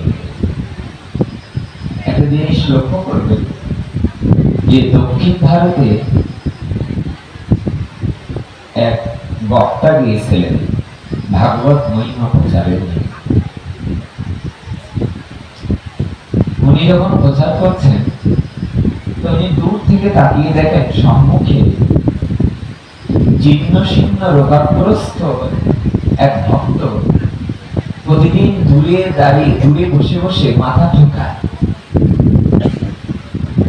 তো উনি ওখানে বসে প্রতিদিন লক্ষ্য করেন, কিন্তু ওনাকে কিছু বলেন। 2-10 দিন এমন ভাবে দেখতে দেখতে একদিন উনি জিজ্ঞাসা করলেন ওই ভক্তের কাছে যে বাবা, আপনি একটু এগিয়ে আসুন আমার সম্মুখে। তা জীর্ণ শীর্ণ রোগাগ্রস্ত ভক্ত, তো ভক্তের যে টাকা পয়সা অর্থ সম্পদ থাকতো এরকমটা নয়। উনি যখন জিজ্ঞাসা করছেন যে আপনি প্রতিদিন দেখি হরিকথা শুনতে আসেন আর পেছনে বসে বসে মাথা টুকরান কেন? তুমি কাঁদতে কাঁদতে এসে বাবাজি মহারাজের সম্মুখে করজোড়ে নিবেদন করতে স্তুতি করে বলছেন, আমার ঘরে 2 মুঠো চালের ব্যবস্থাও আমি ঠিক মতো করতে পারি না। অন্যের জমিতে ফসল ফলিয়ে 2 টাকা ইনকাম করে 2 মুঠো বাড়িতে জোগাড় করতে পারি না। তা বলে, ও এই দুঃখের জন্য পাঠিয়ে এসে কাঁদতে প্রতিদিন? উনি বুকে বড় সাহস নিয়ে বললেন যে আমি এই দুঃখের জন্য কাঁদি না। তাহলে তুমি কোন দুঃখের জন্য কাঁদো? তাহলে বাড়িতে আমার স্ত্রী আছে আর একটা 10 বছরের পুত্র ছেলে আছে আমার, কিন্তু আমার জীবনে একটা বড় দুঃখ রয়ে গেল। আমি পরের জমিতে চাষবাস করে খেলেও আমার একমাত্র ছেলে, 10 বছরের ছেলেটা যদি কোনোদিন সাধু সঙ্গ করবার জন্য আমার সাথে আসতো, তাহলে আমি সব থেকে বড় খুশি হতাম। তাই এই ব্যথা, এই দুঃখ নিয়ে আমি প্রতিদিন ওই দূরে দাঁড়িয়ে দাঁড়িয়ে মাথা খুঁটি যে যদি কোনোদিন আমি দেখে যেতে পারতাম আমার জীবনে যে আমার একমাত্র বেটা কোনোদিন সাধু সঙ্গ হরি কথা শ্রবণের জন্য আমার সাথে এসেছে। এই কথা দেখুন, যে জায়গায় জানানো সে জায়গা তো জানানো হয়েই গেল। আগে গোবিন্দর কাছে জানাতেন, মাথা টুকরাতেন, আর সাধুর কাছে জানানো মানে কি? যেই না সাধু মহন্তের কাছে জানানো হলো, ঠিক ওই দিন সন্ধ্যায় ওই পুত্র সন্তান এসে মায়ের কাছে বলছে, মা বাবা কোথায়? তা বাবা, মা তখন বলছে যে তোর বাবা সাধু সঙ্গ করতে গেছে। তা ছেলে তখন জিজ্ঞাসা করছে, মা সাধু সঙ্গ কাকে বলে? তাহলে সাধু সঙ্গ হলো যেখানে ভগবানের কথা অমৃত সুধা কোন ভক্ত পরিবেশন করে আর অনাদিরাদি গোবিন্দের কথা ভক্তগণ শ্রবণ কীর্তন আনন্দে প্রসাদ আদি যেখানে পায়, সেখানে সাধু সঙ্গ হয়। মা আমি যাব সাধু সঙ্গে, বলার সাথে সাথে মায়ের গায়ের যে কাপড়টা, বস্ত্রটা, ছেঁড়া বস্ত্র, মা কোনোদিন লজ্জায় সাধু সঙ্গে যেতে পারে না, তবু ছেলেটাকে বললেন, তোর বাবার স্বপ্ন মাঝে মাঝে আমাকে চোখের জলে বলে যে আমার ছেলেটা যদি আমার সঙ্গে হাত ধরে একটু সাধু সঙ্গে যেত। মায়ের আর ঘুম হচ্ছে না, বাবা কখন বাড়ি আসবে, ছেলের বাবা কখন আসবে। রাত দুপুরে সাধু সঙ্গ করে বাবা যখন বাড়ি ফিরছে, চোখের জলে কাঁদতে কাঁদতে স্বামীকে নিয়ে হাত ধরে বললেন, ওগো, তোমার সারা জীবনের স্বপ্ন বাড়ির একমাত্র পুত্রটা যেন কৃষ্ণ ভক্ত হয়। তার অভাবনীয় এক ঘটনা, তোমার ছেলে আমাকে এসে আঁচল ধরে বলছে, মা, বাবা কোথায়? তা বলতে, তোর বাবা সাধু সঙ্গ করতে গেছে। আমি বললাম, তাহলে তোমার ছেলে বলেছে আমায় নিজ মুখে যে আগামীকাল থেকে তোমার ছেলে তোমার হাত ধরে সাধু সঙ্গ করতে যাবে। শোনার সাথে সাথে বাবার চোখে জল, সারা রাত ঘুমায়নি। আমি হিন্দিতে এই পাঠটা শুনেছিলাম বৃন্দাবনের এক মহন্ত মহারাজের কাছে। তাহলে ও দেশে তো ছেলেকে বেটা বলে। তখন পরের দিন সকালে বলছে, বেটা, मेरा साथ तुम हरिबासर जाओगे? जाओगे? तो ছেলে তখন বলছে যে হ্যাঁ। বাবা তখন বলছে যে হ্যাঁ বাবা, আমি আপনার সাথে সাধু সঙ্গে যাব। তো সারাদিন পরে সন্ধ্যায় যখন সাধু সঙ্গে যাবে, মা সুন্দর করে মালা তিলকে সজ্জিত করে দিয়েছে। অলঙ্কারে, অলঙ্কার মানে বেশভূষা, মালা তিলক, তার বসনাদি। এই সংসারে যারা ভোগ করে তাদের বদনটা দেখলে যেমন ভোগী চেনা যায় না, তেমনি যারা ভোগ করে নাই, যারা সন্ন্যাসী অথবা নিরন্তর যারা ভগবত সেবায় মেতে থাকে, দেখুন অনেকেই আছে সংসারে ভোগ করে। আমি দাদার কাছে জিজ্ঞাসা করছি একদিন বিনমদার কাছে যে আপনি বাড়িতে থেকে এত বড় একটা ব্যাপার, 30-35টা বছর সাধু সঙ্গ করে যাচ্ছেন, এত পাণ্ডিত্য কি করে আসে? উনি আমাকে প্রত্যুত্তরে বললেন, একদিন বললেন, মাস্টার, অবাক হয়ে যাবে যে 32-33টা বছর জীবনে কখনো ঘরের তলে মাথা দিই নাই। সারাটা রাত সাধু সমাজের জন্য, সাধু সঙ্গের জন্য জীবনটা অতিবাহিত করে দিয়েছি। তাই এ জগতের কোন ভক্ত যদি গোবিন্দ পানে এক পা এগিয়ে দেয়, আমার ভগবান তার জন্য 1000 পা এগিয়ে দেয়। তো ছেলেটা যখন এমন মালা তিলকে, এমন বহির্বাস সুন্দর করে মা সাজিয়ে দিয়েছে, দেখে যেন মনে হচ্ছে আজামুলম্বিত যৌবন কাবদাত সংকীর্তনৈক পিতর কমলায় তাক্ষ বিশ্বম্বর দ্বিজবর যোগ ধর্ম পাল বন্দে জগৎ প্রিয় কর করুণায় অবতার। বলে চৈতন্য মহাপ্রভুকে দর্শন করার সাথে সাথে এই জগতের ভক্তের যেমন ভববন্ধন মুক্ত হয়ে যেমন শিবাত পদ্ম দর্শন পায়, ওই ভক্তের দিকে তাকালে যেন বাবার চোখ দিয়ে অটোমেটিক্যালি জল চলে আসে। বাবা বলছে, বেটা, তুমি যখন প্রথমবার পেহেলি বার, আমি তো তোমারও বুঝি হিন্দি বলতে পারবো না, তেমনি পাঠক ঠাকুর বলছেন যে পেহেলি বার তুমি যখন প্রথমবার আমার সঙ্গে হরিকথা শুনতে যাচ্ছ, তোমাকে তো আমি হাতিয়ে নিয়ে যেতে পারি না সাধু সঙ্গ করতে, আমি আজ বাবা হয়ে তোমাকে কাঁধে ঝুলিয়ে হরিকথা শুনতে নিয়ে যাব। ছেলেটা কাঁধে উঠেছে বাবা।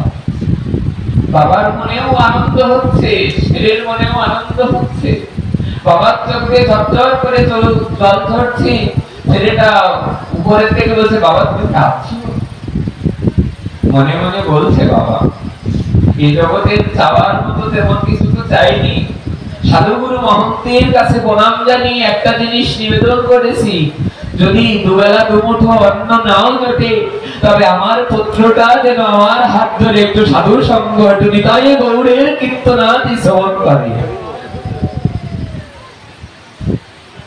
মনে মনে বলছে, এক পায়ে 2 পায়ে সাধু সঙ্গে প্রবেশ করেছে। আর সেদিন আলোচনা হচ্ছে রাধা তত্ত্ব। যে রাধা রানীর মহিমা শ্রবণ করে জগন্নাথ বলরাম সুভদ্রা যে মহিমা কলিযুগে রূপায়ণ হয়েছে। রাধারানীর কথা শ্রবণ করতে করতে গোবিন্দ আমার ছোট হয়ে যাচ্ছেন, হাতগুলো ভিতরে প্রবেশ করে যাচ্ছে।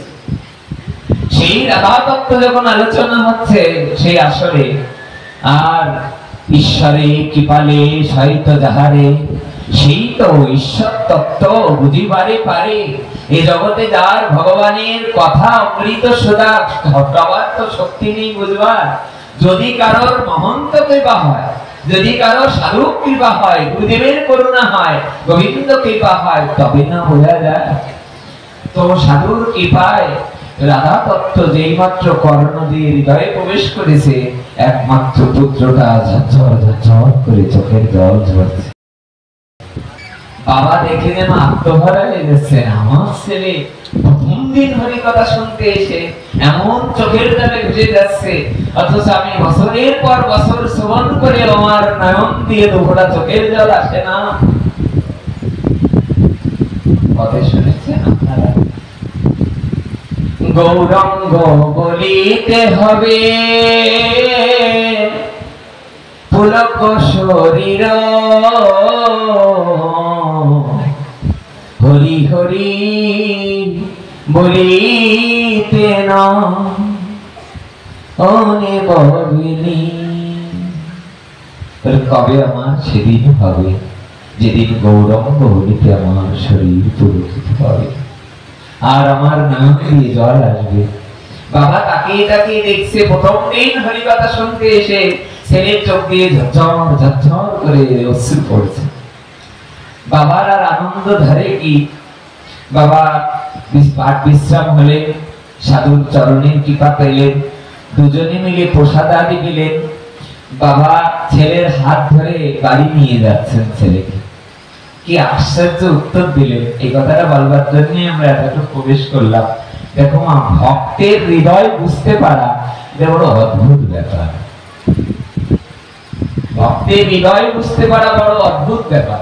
আমরা প্রসঙ্গ ক্রমে গতকাল একটা আলোচনা ক্রমে আমরা থেকে আলোচনা করছিলাম।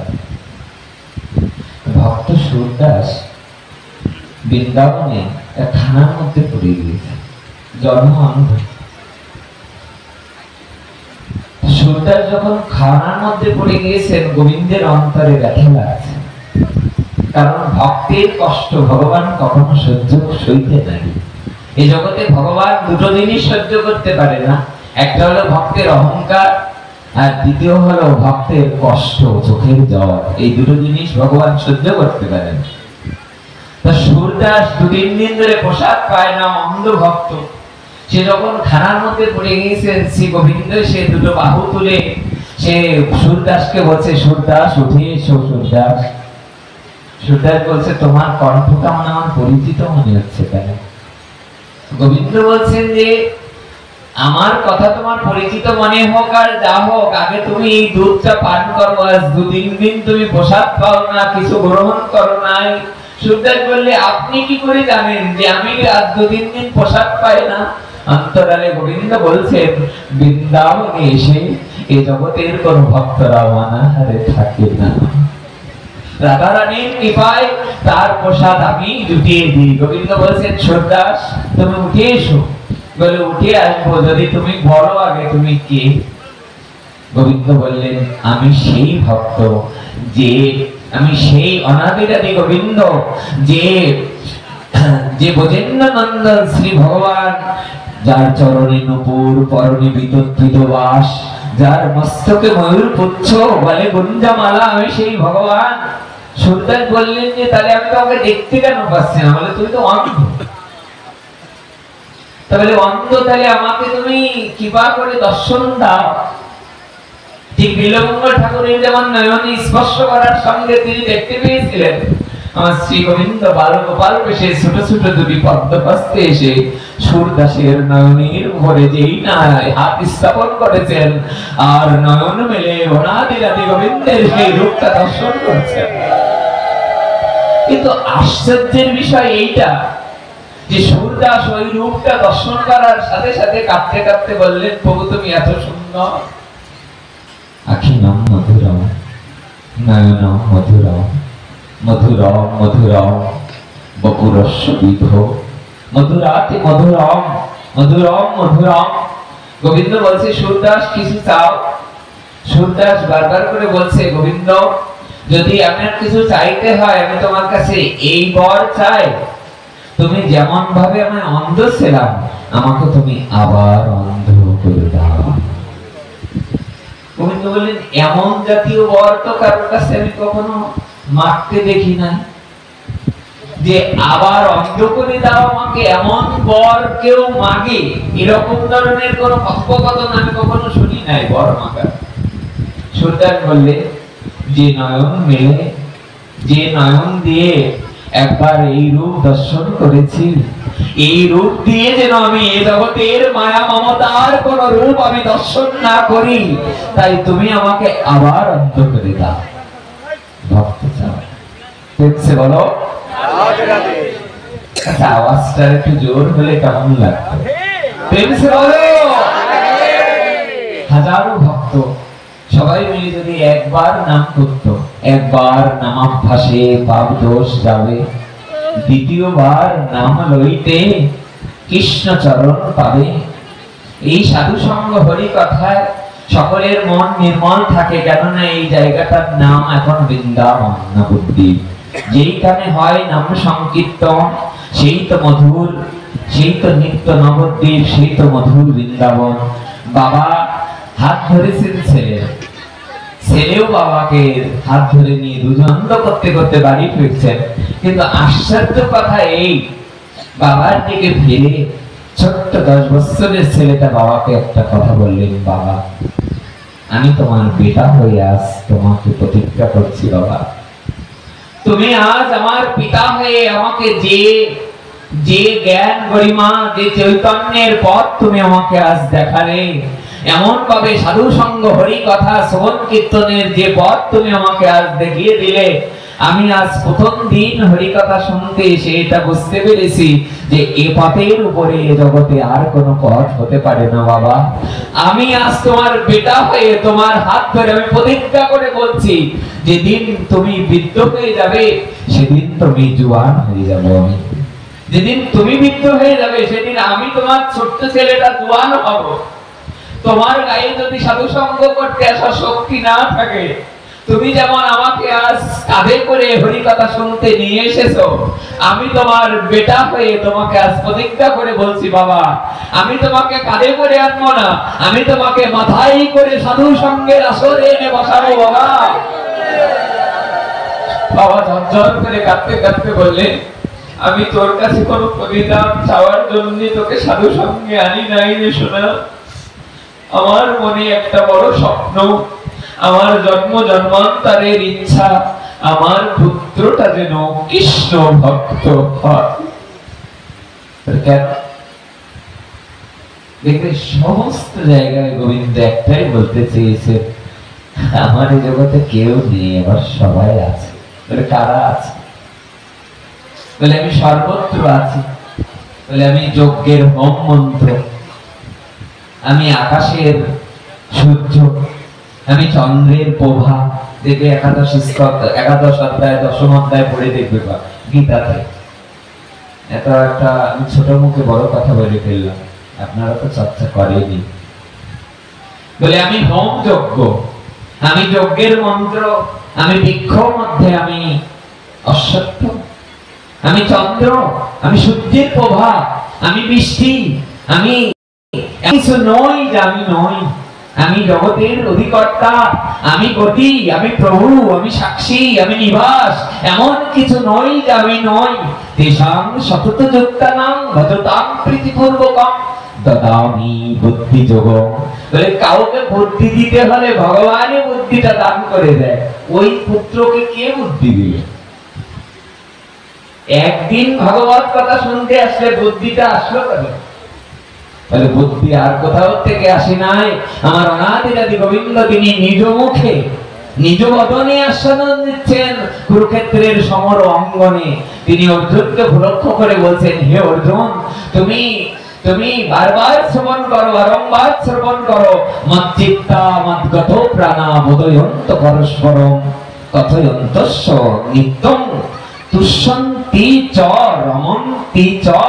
এ জগতের যে ভক্ত আমাগত প্রাণ আমাগত মন, যার চিত্ত আমাগত, অর্থাৎ যে ভক্ত জগতের সবকিছুকে উপেক্ষা করে একবার আমাগত প্রাণ হয়েছে, এ জগতের ভক্ত তার আর চায়ের নেশাও ভালো লাগে না, তার আর টিভি দেখার নেশাও ভালো লাগে না।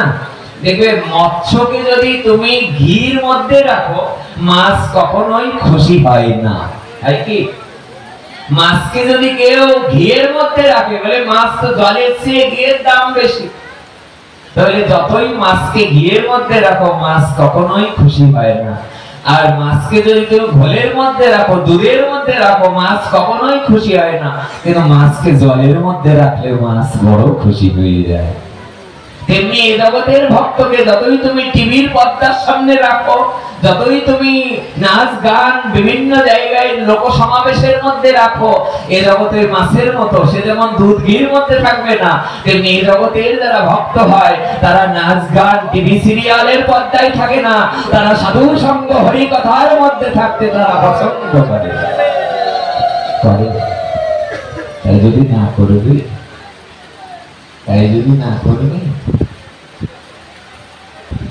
তাহলে ভাগবতে কখনোই বলতেন না ভগবান যে শুশ্রূষু সত্য ধানস্য বাসুদেব কথা রুচি। আমি একটা জিনিস অবাক করি দাদা, যে আজকে আমরা মোটরসাইকেলে আসছি, আমার আস্তে আস্তে একটু দেরি হয়ে গেছে, অনেকদিন হলেও সাধুর কথা শুনতে পাই না। আজকে আমাদের দিকে প্রচন্ড বৃষ্টি হয়েছে, সন্ধ্যা 7টার পর থেকে প্রায় 8:30 পর্যন্ত বৃষ্টি। 8:30টার সময় বেরিয়েছে 1:40, তার 1 মাস পরে মনে আমার কথা শুনতে এসছি।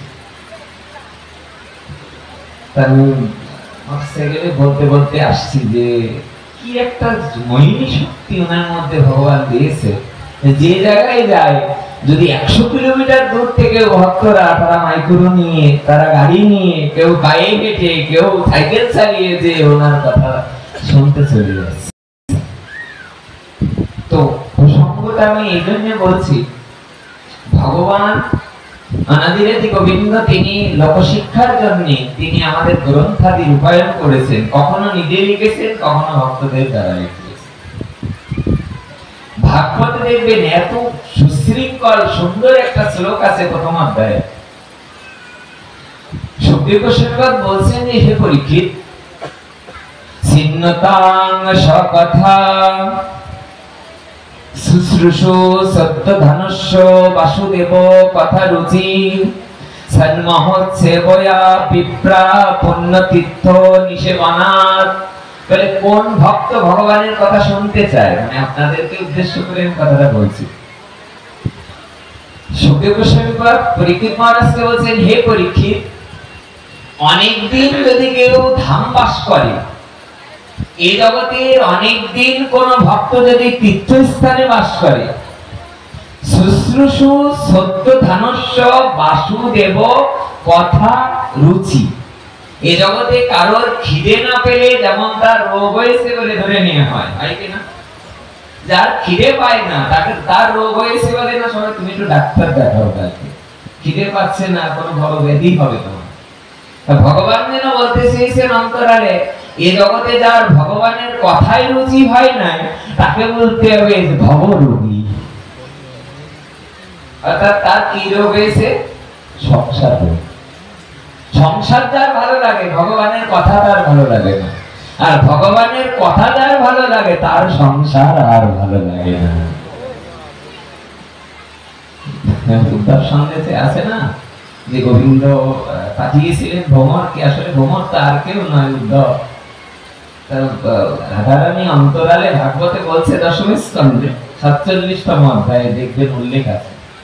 রাধারানী বলছে যে তুই যে আমার চরণের কাছে বারবার ঘুরঘুর করছিস, তা তুই যেমন কালো, তোর প্রাণনাথ তেমন কালো, তা তুই বারবার করে গোবিন্দের কথা আমার সামনে বলছিস কেন?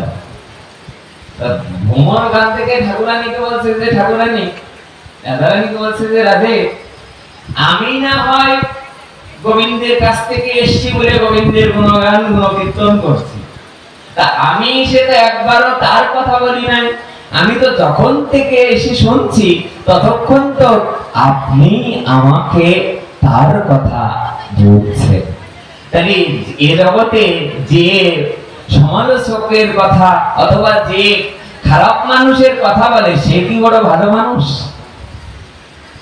তখন বললেন, দেখ, যদন চরিত লীলা কর্ণ পীযুষ বিপ্লুত সক্রিত বিদ্যুত দ্বন্দ্ব ধর্ম বিনষ্টা। এ জগতে যে ভক্তের কর্ণ দিয়ে একবার গোবিন্দের কথা এক ফোঁটাও যায়, এ জগতে যে ভক্তের কর্ণ দিয়ে এক ফোঁটা পর্যন্ত রস ভগবত কথা যদি কারোর কর্ণ দিয়ে হৃদয়ে প্রবেশ করে, এ জগতের তার সমস্ত দ্বন্দ্ব তার ঘুচে যায়। কি দ্বন্দ্ব ঘটে? বলে বাবা যদি হরি কথা শুনতে যায় মায়ের প্রতি ভালোবাসা কমে যায়, আর মা যদি হরি কথা শুনতে যায় বাবার প্রতি ভালোবাসা কমে যায়, আর বাবা মা যদি হরি কথা শুনতে যায় সন্তানের প্রতি ভালোবাসা কমে যায়, আর সন্তান যদি হরি কথা শুনতে যায় মা বাবার প্রতি ভালোবাসা কমে যায়। ঠাকুরানী, তাহলে এই কথা শ্রবণ করে যদি সব ভালোবাসা কমে যায় তাহলে ভালোবাসাটা যায় কোথায়?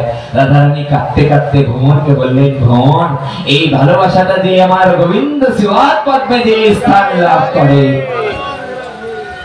এমন কথা। তাই যে জন্য কথাটা বলছি, কি বললাম আমরা কথাটা আরেকবার বলি, মচ্চিত্তা মদ্গত প্রাণা না শুশ্রূষু সত্য ধানস্য বাসুদেব কথা রুচি। শুশ্রূষু মানে কি?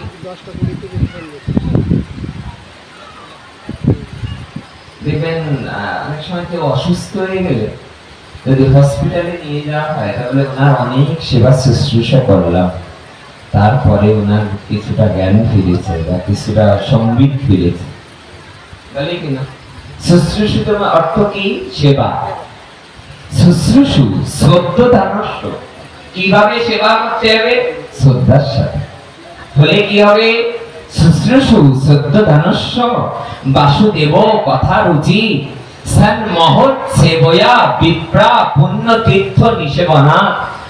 এ জগতের কোন ভক্ত অনেক দিন ধামে বাস করার পর, অনেক দিন ধরে বৈষ্ণব সেবা দেওয়ার পর তার ভগবানের কথা শ্রবণের রুচি জন্মায়। তাহলে এখানে যারা আপনারা দৌড়ে প্রতিদিন হরি কথা শোনার রুচি জন্মেছে, তারা কি এক জন্মের সেবক? কত জন্মের সেবক? জন্ম জন্মান্তরের সেবক। সিগন্যাল দেবেন যদি 10টা 20 আর 20 মিনিট আছে। আমি মনে মনে একটা কথা ভাবছি যে একটা প্রসঙ্গে আলোচনায় যাব, যদি আপনারা আমাকে একটু সাহায্য করেন। জরুরি সনাতনের দুটো কথা বলি।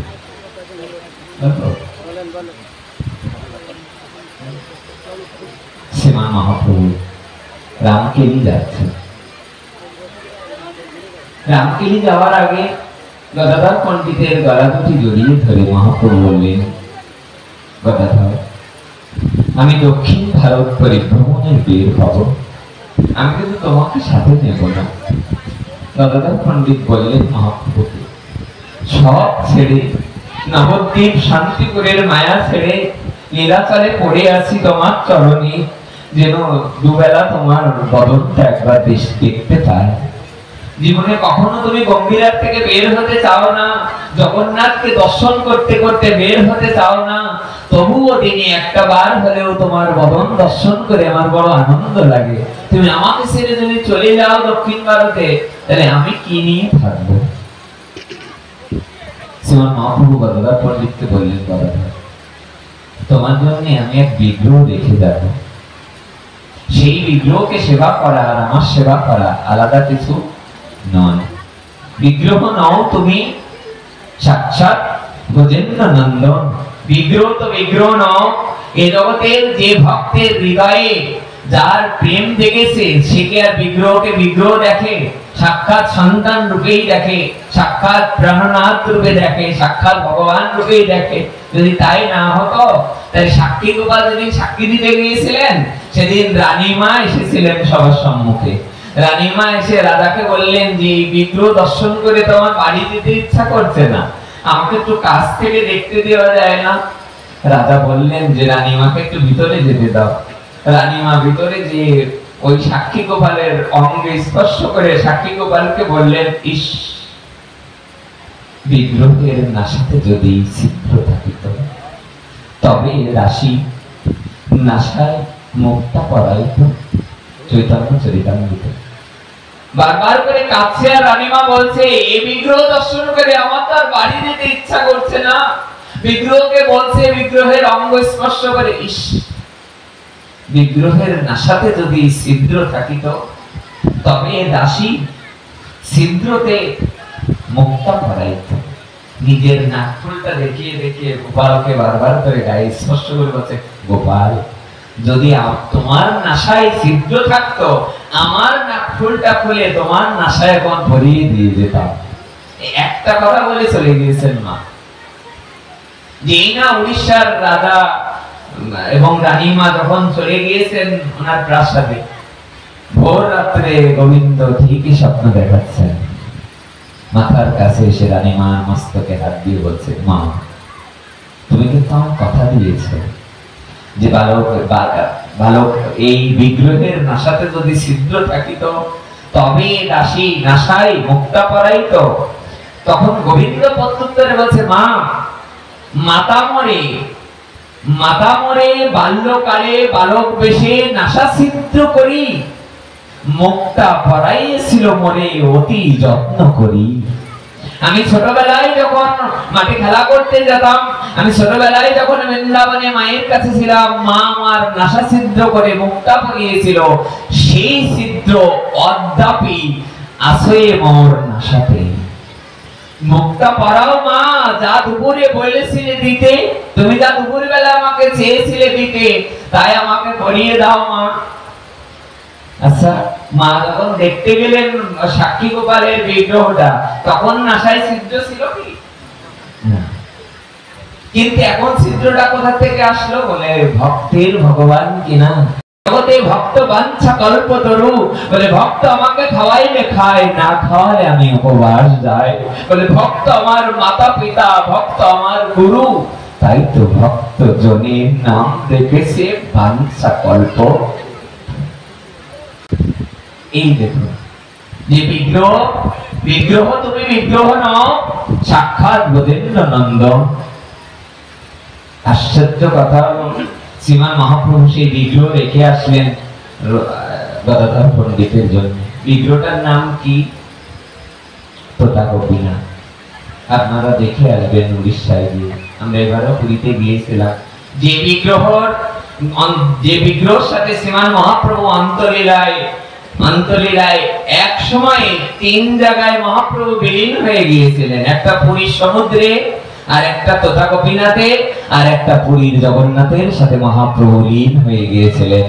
সেই তোতা গোপীনাথের যে বিগ্রহ পৃথিবীতে একমাত্র বসা বিগ্রহ, এই বসা বিগ্রহ আর ভগবানের আর কোনো বিগ্রহ নেই। যা পুরীতে তোতা গোপীনাথ নিজে বসে গিয়েছিলেন। কারণ গদাধর পণ্ডিত বৃদ্ধ হয়ে গেলে উনি বলেছিলেন যে আমি বৃদ্ধ হয়ে গেছি, মাথায় আর জোর পায় না, তা তোমার মাথায় যে আমি পুষ্পের ফুলের মালা পরাবো, তা আমি তো মাথায় জোর পাই না। যদি একটু নিচু হতে তাহলে তো মালাটা পরিয়ে দিতে পারতাম। পরের দিন ভোরবেলায় কপাট খুলে গদাধর পণ্ডিত দেখলেন বিগ্রহ, বৃহৎ বিগ্রহ এমন আসন পেরে বসে পড়েছে। গদাধর পণ্ডিত কাঁদতে কাঁদতে বললেন, তুমি ভক্তের জন্য আর কি করতে পারো? আমরা ছোট্ট একটা প্রসঙ্গ একটু বলতে চাচ্ছি আপনাদের সম্মুখে। নিতান্তে কিছুই জানি না, তো মহাপ্রভু দক্ষিণ ভারত পরিভ্রমণ করতে এসেছেন। পদকর্তা বলছে যে তুমি কেন দক্ষিণ ভারতে যাওয়ার দরকার কি? দক্ষিণ ভারত না গেলে তুমি তো প্রচারটা আরো সুন্দর করতে পারতে না? তুমি যদি দক্ষিণ ভারতে রামগিরিতে না গিয়ে যদি বৃন্দাবনে গিয়ে আর একটু লীলা বিলাস করতে, তাহলে একটু বেশি আনন্দ হতো না? মহাপ্রভু যেন অন্তরালে বলতে চেয়েছেন, কখনো হতো না। যদি এই ছয় গোসাই না আসতো, তাহলে বৃন্দাবন ধামের কারা প্রচার করতো? এই ছয় গোসাই না আসলে রাধারানীর মহিমা কারা জানাতো? কে জানাতো? বোধের লীলা কে জানাতো? বলে জয় রূপ সনাতন ভট্ট রঘুনাথ, শ্রীজীব গোপাল ভট্ট দাস রঘুনাথ। শ্রীমান মহাপ্রভু রামকেলিতে যাচ্ছেন, অন্তরে একটাই পিপাসা, রূপ সনাতনকে দেখবে বলে। রূপ সনাতন গোস্বামী মনে মনে চিন্তা করছেন যে ও পাশে রাধা গোবিন্দ মিলিত তনু শ্রীমান চৈতন্য মহাপ্রভুকে দর্শন করবেন। রূপ এবং সনাতন গোস্বামী পাদের অঙ্গে এমন বসন নয় যেটা সন্ন্যাস বসন না। কি বসন?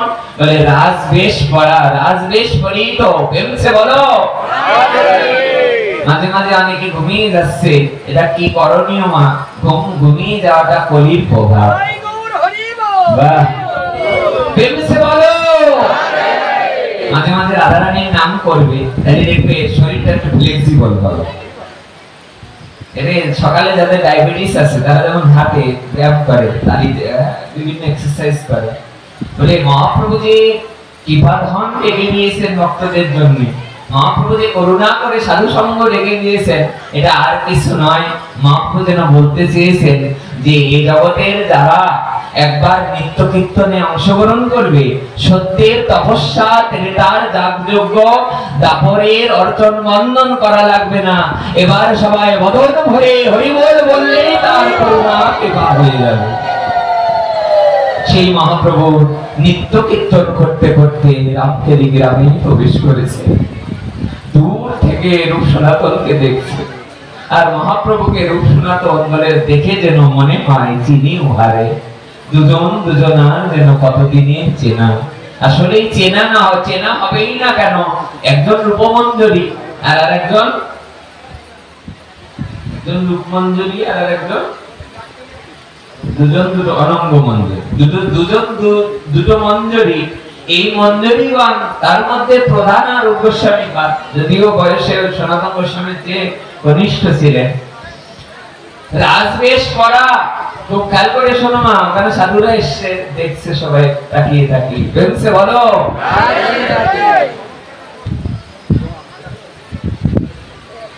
আমি বুঝতে পারছি একটা জিনিস, যে পরমান্ন গ্রহণ করার পরে কারো ডাল অন্ন আর ভালো লাগে না।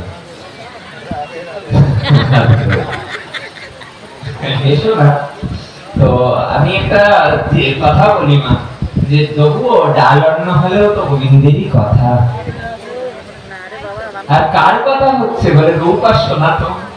মহাপ্রভু দেখা করতে গিয়েছেন নিজে, বলে এবার রূপ সনাতন মহাপ্রভুর সাথে দেখা করতে যায়নি, এবার সমুদ্র এসছে নদীর সাথে মেলার জন্য। বলে এবার যিনি আগের বার যিনি শুনেছিলেন, এবার তিনি বক্তা হয়েছেন, আর আগের বার যিনি বলেছিলেন, এবার তিনি শ্রোতা হয়েছেন। বলে অর্জুন শুনেছিলেন, এবার বক্তা হয়েছেন রায় রামানন্দ। যদিও বিশাখা সখী আছে, তবু দেখবেন পুরাণে লেখা আছে কবিদেহ প্রাপ্ত হয়ে রায় রামানন্দ হয়েছিলেন অর্জুন। আমি নিজে পড়েছি, এবং গ্রন্থাদিতে উল্লেখ আছে, চরিতামৃতে উল্লেখ আছে যে তিনি বিশাখা সখী বলে। রূপ সনাতন এসেছেন রাজবেশ পরিহিত, তারা দুজন দুজনার দূর থেকে দাঁড়িয়ে দাঁড়িয়ে তাকাচ্ছেন, আর ছল ছল নয়নে দুজনের উভয়ের চোখ দিয়ে প্রেমাশ্রু নির্গলিত হচ্ছে। আর দেখে যেন মনে হয় ঠারে ঠারে কথা হয়। ঠারে ঠারে মানে পূজ্য আর পূজক ছাড়া এই কথা কেউ বুঝতে পারছে না। বলে সেবক বুঝছে, আর সেবক বুঝছে, আর মালিক বুঝছে, আর কেউ বুঝতে পারছে না। রূপ গোস্বামী বুঝতে পারছে, সনাতন গোস্বামী বুঝতে পারছে, আর মহাপ্রভু বুঝতে পারছে, কিন্তু আশেপাশের যারা আসছে তারা এই কথা বুঝতে পারছে। উভয়ে ক্রন্দনরত অবস্থায় মহাপ্রভু এক পায়ে দুই পায়ে এগিয়ে এসেছেন, এসে রূপ আর সনাতন গোস্বামীকে জিজ্ঞাসা করছে, কে তোমরা? চেনে তবুও না চেনার ভান। দুই ভাই বলছে, আমার নাম, আর ওনার নাম দবির খাস। তাহলে এমন নাম কেন? কারোর নাম দবির খাস, কারোর নাম সাগর মল্লিক, কেন? মুসলমানদের নামে নাম কেন? কি আশ্চর্য কথা! কি লীলা মহাপ্রভু। শুনি মহাপ্রভুকে বলছে, আমার নাম রূপ আর আমার দাদার নাম দবির খাস। মহাপ্রভু হুঙ্কার দিয়ে উঠলেন, তোমার নাম আজি হইতে দোহার নাম হবে রূপ সনাতন। দৈন্য ছাড়ো, তোমাদের দৈন্যে ভাতে মন মন। মহাপ্রভু নিজের মুখে বলতে লাগলেন, বলে তোমাদের নাম দবির খাস সাগর মল্লিক কেন? তা বলছে, প্রভু বলতে বড় লজ্জা করে। শুনলাম সম্প্রতি তুমি জগাই মাদাইকে উদ্ধার করেছো। এমন কোন জায়গা নেই, নবদ্বীপ, শান্তিপুর, বৃন্দাবন সমস্ত জায়গায় ছড়িয়ে গেছে মহাপ্রভু জগাই মাদাইকে উদ্ধার করেছে। আজ বড় লজ্জা করে, আমি রূপ শোনা, আজ আমি দবির খাস সাগর মল্লিক হয়ে ক্ষমা চাইতে লজ্জা করে। বলে কি লজ্জা করে? বলে লজ্জা করে মিলেচ্ছ সঙ্গীদের সাথে থাকতে থাকতে আমরা দুই ভাই মিলেচ্ছ হয়ে গেছি। জগাই মাদাই ব্রাহ্মণ, জগাই মাদাই সুরাপান করলেও তারা ধামবাসী, নবদ্বীপবাসী, তাদের তুমি কৃপা করেছো, কিন্তু আমাদের আজ কৃপা করো বলতে বড় লজ্জা করে। মহাপ্রভু বললেন, লজ্জা ছাড়ো, দৈন্য ছাড়ো, তোমাদের দৈন্যে থাকে মোর মন। আজি হইতে দোহার নাম হবে রূপ সনাতন। তোমরা দৈন্যতা করো না, আমার হৃদয় ফেটে যাচ্ছে। বুকে এসো। এক পায়ে দুই পায়ে করে সনাতন গোস্বামী পিছনে সরে যাচ্ছে। দাদার হাত টেনে দিচ্ছে রূপ গোস্বামী, দাদা সরে যাচ্ছে। মানে এমন আজানুলম্বিত ভুজ, এমন মহাপুরুষ মহাপ্রভু যদি এসে আমাকে আলিঙ্গন করে, সে আলিঙ্গনটা আমি নিতে পারি না।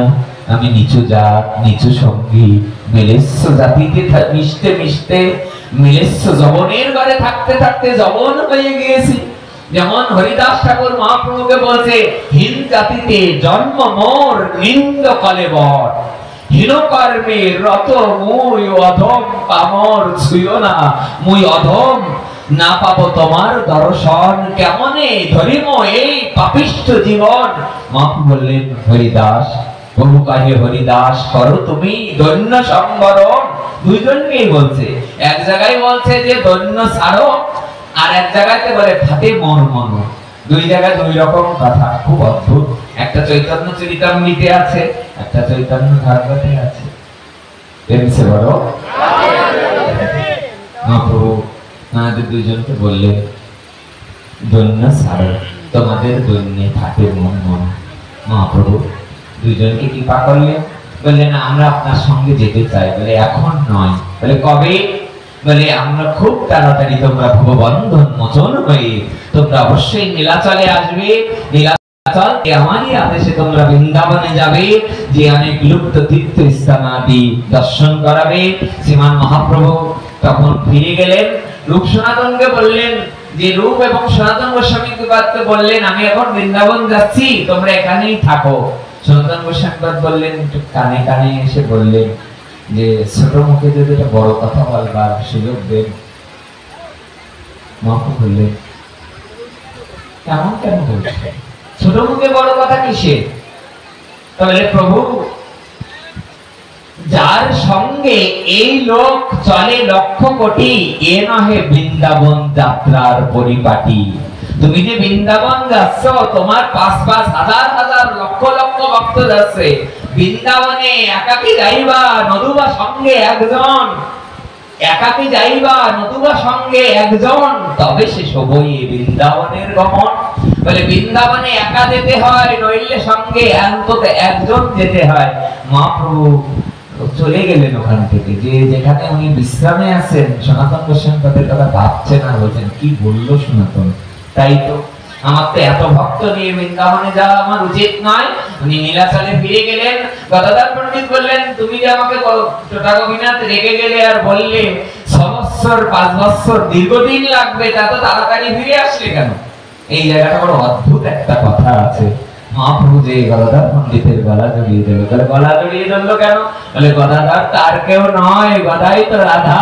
আমার রাধা রানীর সঙ্গে গোবিন্দ যে এই তো গলা আলিঙ্গনে আবদ্ধ করে দিবে। মহাপ্রভু যেই না আলিঙ্গনে আবদ্ধ করে দিলেন, গদাধর পণ্ডিত বললেন, শুনলাম তোমার নাকি রূপ সনাতনের সাথে দেখা হয়েছে। তাকে জানতে বাকি অন্তর্জামিত। মহাপ্রভু, হ্যাঁ তো। তাহলে কেমন দেখলে ওনাকে? রাজবেশ পরা, মালা তিলক দেখলাম না, রাজবেশ পরা, কি রূপ, কি চেহারা, যেমন নাম তেমন গুণ, যেমন নাম রূপ তেমনি তার রূপ, তেমনি তার বরণ চেহারা। তাহলে কি বললো রূপসনাত? বলে আমাকে শাসন করে, বৃন্দাবন যাওয়ার দরকার নেই এত ভক্ত নিয়ে। আমাকে কিনা বলে এ নহে বৃন্দাবন যাত্রার পরিপাটি, যার সঙ্গে এই লোক চলে লক্ষ কোটি। শ্রীমান মহাপ্রভু এখানে সঙ্গে অনেক আলোচনা করেছিলেন। আপনারা সবাই ভালো থাকবেন, সবাই সুস্থ থাকবেন। আমরা একটা কবি গীত উচ্চারণ করব। পৃথিবীর শ্রেষ্ঠ গান কি? গোপী গীত। ভাগবতে 335 খানা অধ্যায় আছে, 12 খান স্কন্ধ আছে। পৃথিবীতে যত পাখি আছে সমস্ত পক্ষীর মধ্যে শ্রেষ্ঠ পক্ষী যেমন গরু। গরুরকে দেখলে যেমন সাপ দূরে চলে যায়, তেমনি ভাবে ভগবানের এই গান শুনলে, সাধু সঙ্গে এই কীর্তন শুনলে যত কাম ক্রোধ লোভ আদি সব দূরীভূত হয়ে যায়। এই গানের কথা যদি একটা অক্ষর কারোর কর্ণ দিয়ে হৃদয়ে প্রবেশ করে, তাহলে তার পরম কল্যাণ। আমাদের মাঝে এই মুহূর্তে উপস্থিত হয়েছে নবদ্বীপ থেকে উপজেলার চেয়ারম্যান, উপজেলার চেয়ারম্যান, পনেরোপুর উপজেলা আওয়ামী লীগের সিনিয়র সহসভাপতি আমাদের প্রিয় লোক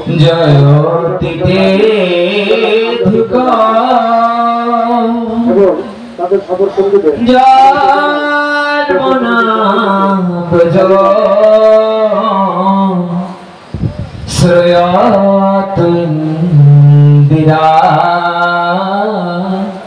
শাশ্বতা রহি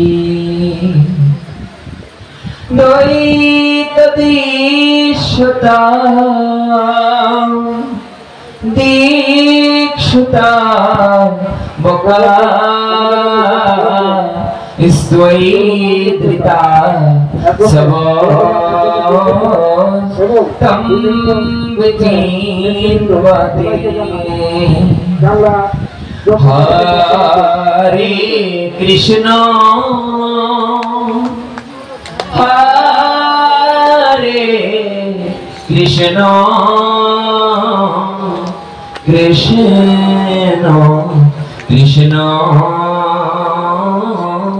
হরে হরে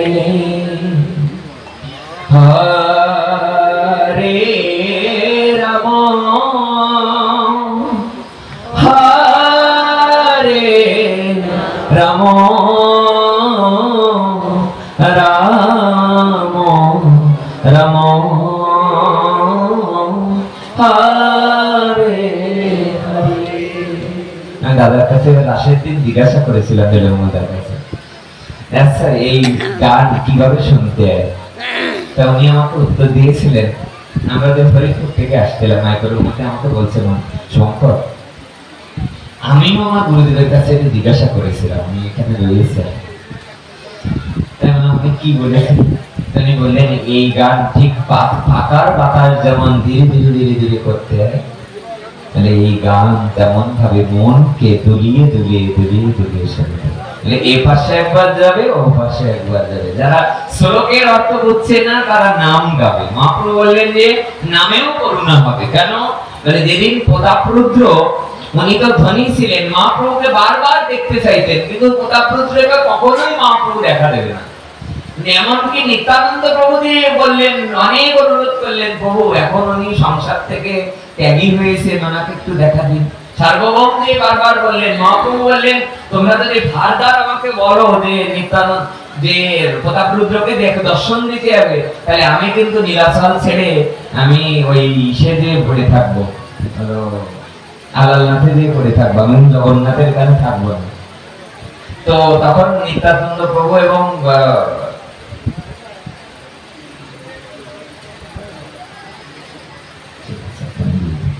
আমি আর 2 মিনিট সময় রাগ করবে না, যেহেতু একটা সুন্দর কথা বলছি। তো শ্রীমান মহাপ্রভু যখন বলছেন, শ্রীমান মহাপ্রভুর সান্নিধ্য পাওয়ার জন্য সার্বভৌম ভট্টাচার্য বললেন প্রতাপরুদ্রকে যে প্রতাপরুদ্র মহাপ্রভুর বাইরেটা শক্ত দেখছো, কিন্তু ভিতরটা তো শক্ত নয়। ভিতর বাইরে রোষ, ভিতরে সন্তোষ। তুমি যে রাগ বৈরাগ্য হৃদয়ে লালন করছো, যদি কোনো একবার অন্তর্দৃষ্টি সম্পন্ন কোনো কর্ম করে ফেলো, তোমাকেই আগে এসে আলিঙ্গনে আবদ্ধ করে দেবেন। বলে তুমি এক কাজ করো, মহাপ্রভুর যত কিছু প্রিয় আছে তার মধ্যে গোপী গীত এই 19টা শ্লোক, এই শ্লোক কয়টাই মহাপ্রভু সব থেকে প্রিয়। এই শ্লোক কয়টা তুমি মুখস্থ করো। যেদিন রথযাত্রায় জগন্নাথের রথ টানতে টানতে যেদিন মহাপ্রভু ক্লান্ত হয়ে পড়বে, সেদিন তুমি মহাপ্রভুর কানের কাছে যে কবি গীত গুলো গাইতে লাগবে, মহাপ্রভু সেদিন করুণা বৃষ্টি দিয়ে দেবেন। মহাপ্রভু এসে সত্যি তাই হলো। মহাপ্রভু এসে যেই না বাগানের মধ্যে বসলেন, সঙ্গে সঙ্গে উনিও ওত পেতেছিলেন, উনি এসে সঙ্গে সঙ্গে এই সুরে গাইতে লাগলেন, জয়তীতে ধিকাম জন্মনা ব্রজ। বলে হে গোবিন্দ, যেদিন থেকে তুমি বৃন্দাবনে আবির্ভূত হয়েছো, এই স্বর্গমত্ত পাতাল এমনকি গোলক বৃন্দাবনের আর কেউ জয়গান গায় না। এখন সবাই বৃন্দাবনের জয়গান গাওয়া আরম্ভ করেছে। জয়তী তে অধিকম, জয়তী মানে জয় দেওয়া, তে মানে তোমার, অধিকম মানে বেশি। জয়তী তে অধিকম জন্মনা ব্রজ। ভোগ পাচ্ছে না। জয়তী তে অধিকম জন্মরে। এই গান গাইতে গাইতে তো ব্রজগোপীরা তারা কাঁপতে কাঁপতে ধুলায় দূষণিত হয়ে যেত। এই গান শুনলে ঘুম পাবে কেন? আরেকটা গাই, সবাই গাবে মা আমাদের সাথে। কি আশ্চর্য কথা দেখো, জয়তী তে অধিকম জন্মনা ব্রজ শ্রয়ত ইন্দিরা। বলে শ্রয়ত মানে বাস করছে, ইন্দিরা মানে লক্ষ্মী দেবী। বলে স্বয়ং লক্ষ্মী দেবী বেলবনে এসে গোবিন্দের উপাসনা করা আরম্ভ করেছে। তাই বৃন্দাবনে সবাই জয়ধ্বনি করছে, হে গোবিন্দ তুমি আর আমাদের দেখা না দিয়ে থেকো না, অবদয়িত আমাদের একবার হলেও দর্শন দাও। এই কীর্তন যে এক লাইন গাওয়া আরম্ভ করলেন, মহাপ্রভু কাঁদতে কাঁদতে এসে প্রতাপরুদ্রের গলা জড়িয়ে ধরে বললেন, ভাই কে তুমি? এমন কৃপা করে আমার মতো আমাকে তুমি কৃপা করে এমন করুণা ঘন গোপী গীত শোনাচ্ছ, কে তুমি বন্ধু? হঠাৎ করে তাকিয়ে দেখে প্রতাপরুদ্র। মহাপ্রভু বললেন, প্রতাপরুদ্র আর কিছু পেলে না আমাকে এই স্তরে আনতে আর কিছু পেলে না? বলে ও বলে দিয়েছিল নিতাই ছিল, বলে দিয়েছিল সার্বভৌম ভট্টাচার্য, তাই প্রভু কবি গীত মুখস্থ করেছি। দ্বিতীয়টা গাই মা, সবাই মিলে আমাদের সাথে গাও। শরদুদাশয়ে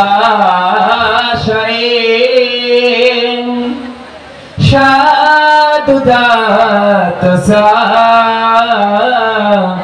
সরসিজ দর শ্রী মুষাদৃশা সুরাথনাথতে অশুল্ক দাসিকা। আমরা তো অশুল্ক দাসিকা, আমরা তো বিনামূল্যের দাসী, আমাদের তো টাকা দিয়ে এই জায়গায় আসতে বলো নাই। আচ্ছা আপনারা বলুন তো, আপনারা কি টাকা দিয়ে এখানে এসেছেন গোবিন্দ কথা শুনতে? তেমনি রাসমঞ্চে 300 কোটি গোপী তারাও টাকা নিয়ে গোবিন্দকে দেখতে যায় নাই। তাই তারা দুটো বাহু তুলে গোবিন্দকে বলছে, ওগো এই তো আমাদের, আমরা টাকা দিয়ে তোমাকে দেখতে আসি নাই, টাকা দিয়ে তোমাকে শুনতে আসি নাই, আমাদের দাসী, আমরা বিনামূল্যের দাসী, তাই আমাদের আর দেখা দিয়ে বঞ্চিত করো না। শরদুদাশয়ে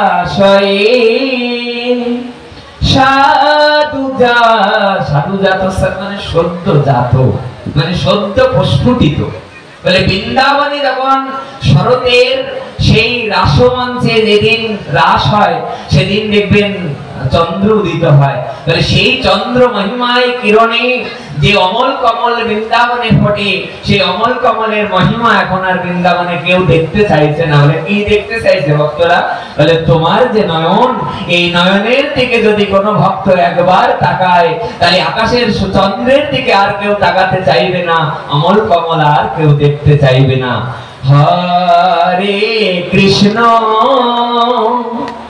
হরে কৃষ্ণ কৃষ্ণ কৃষ্ণ হরে হরে হরে রাম হরে রাম রাম রাম হরে হরে বিষ জলাপয়া বালরাক্ষসা বর্ষমান ঋতা বৈদ্যুতানলা বিষজয়াত্মজা বালরাক্ষসা বর্ষমারুতা বৈদ্যুতানলা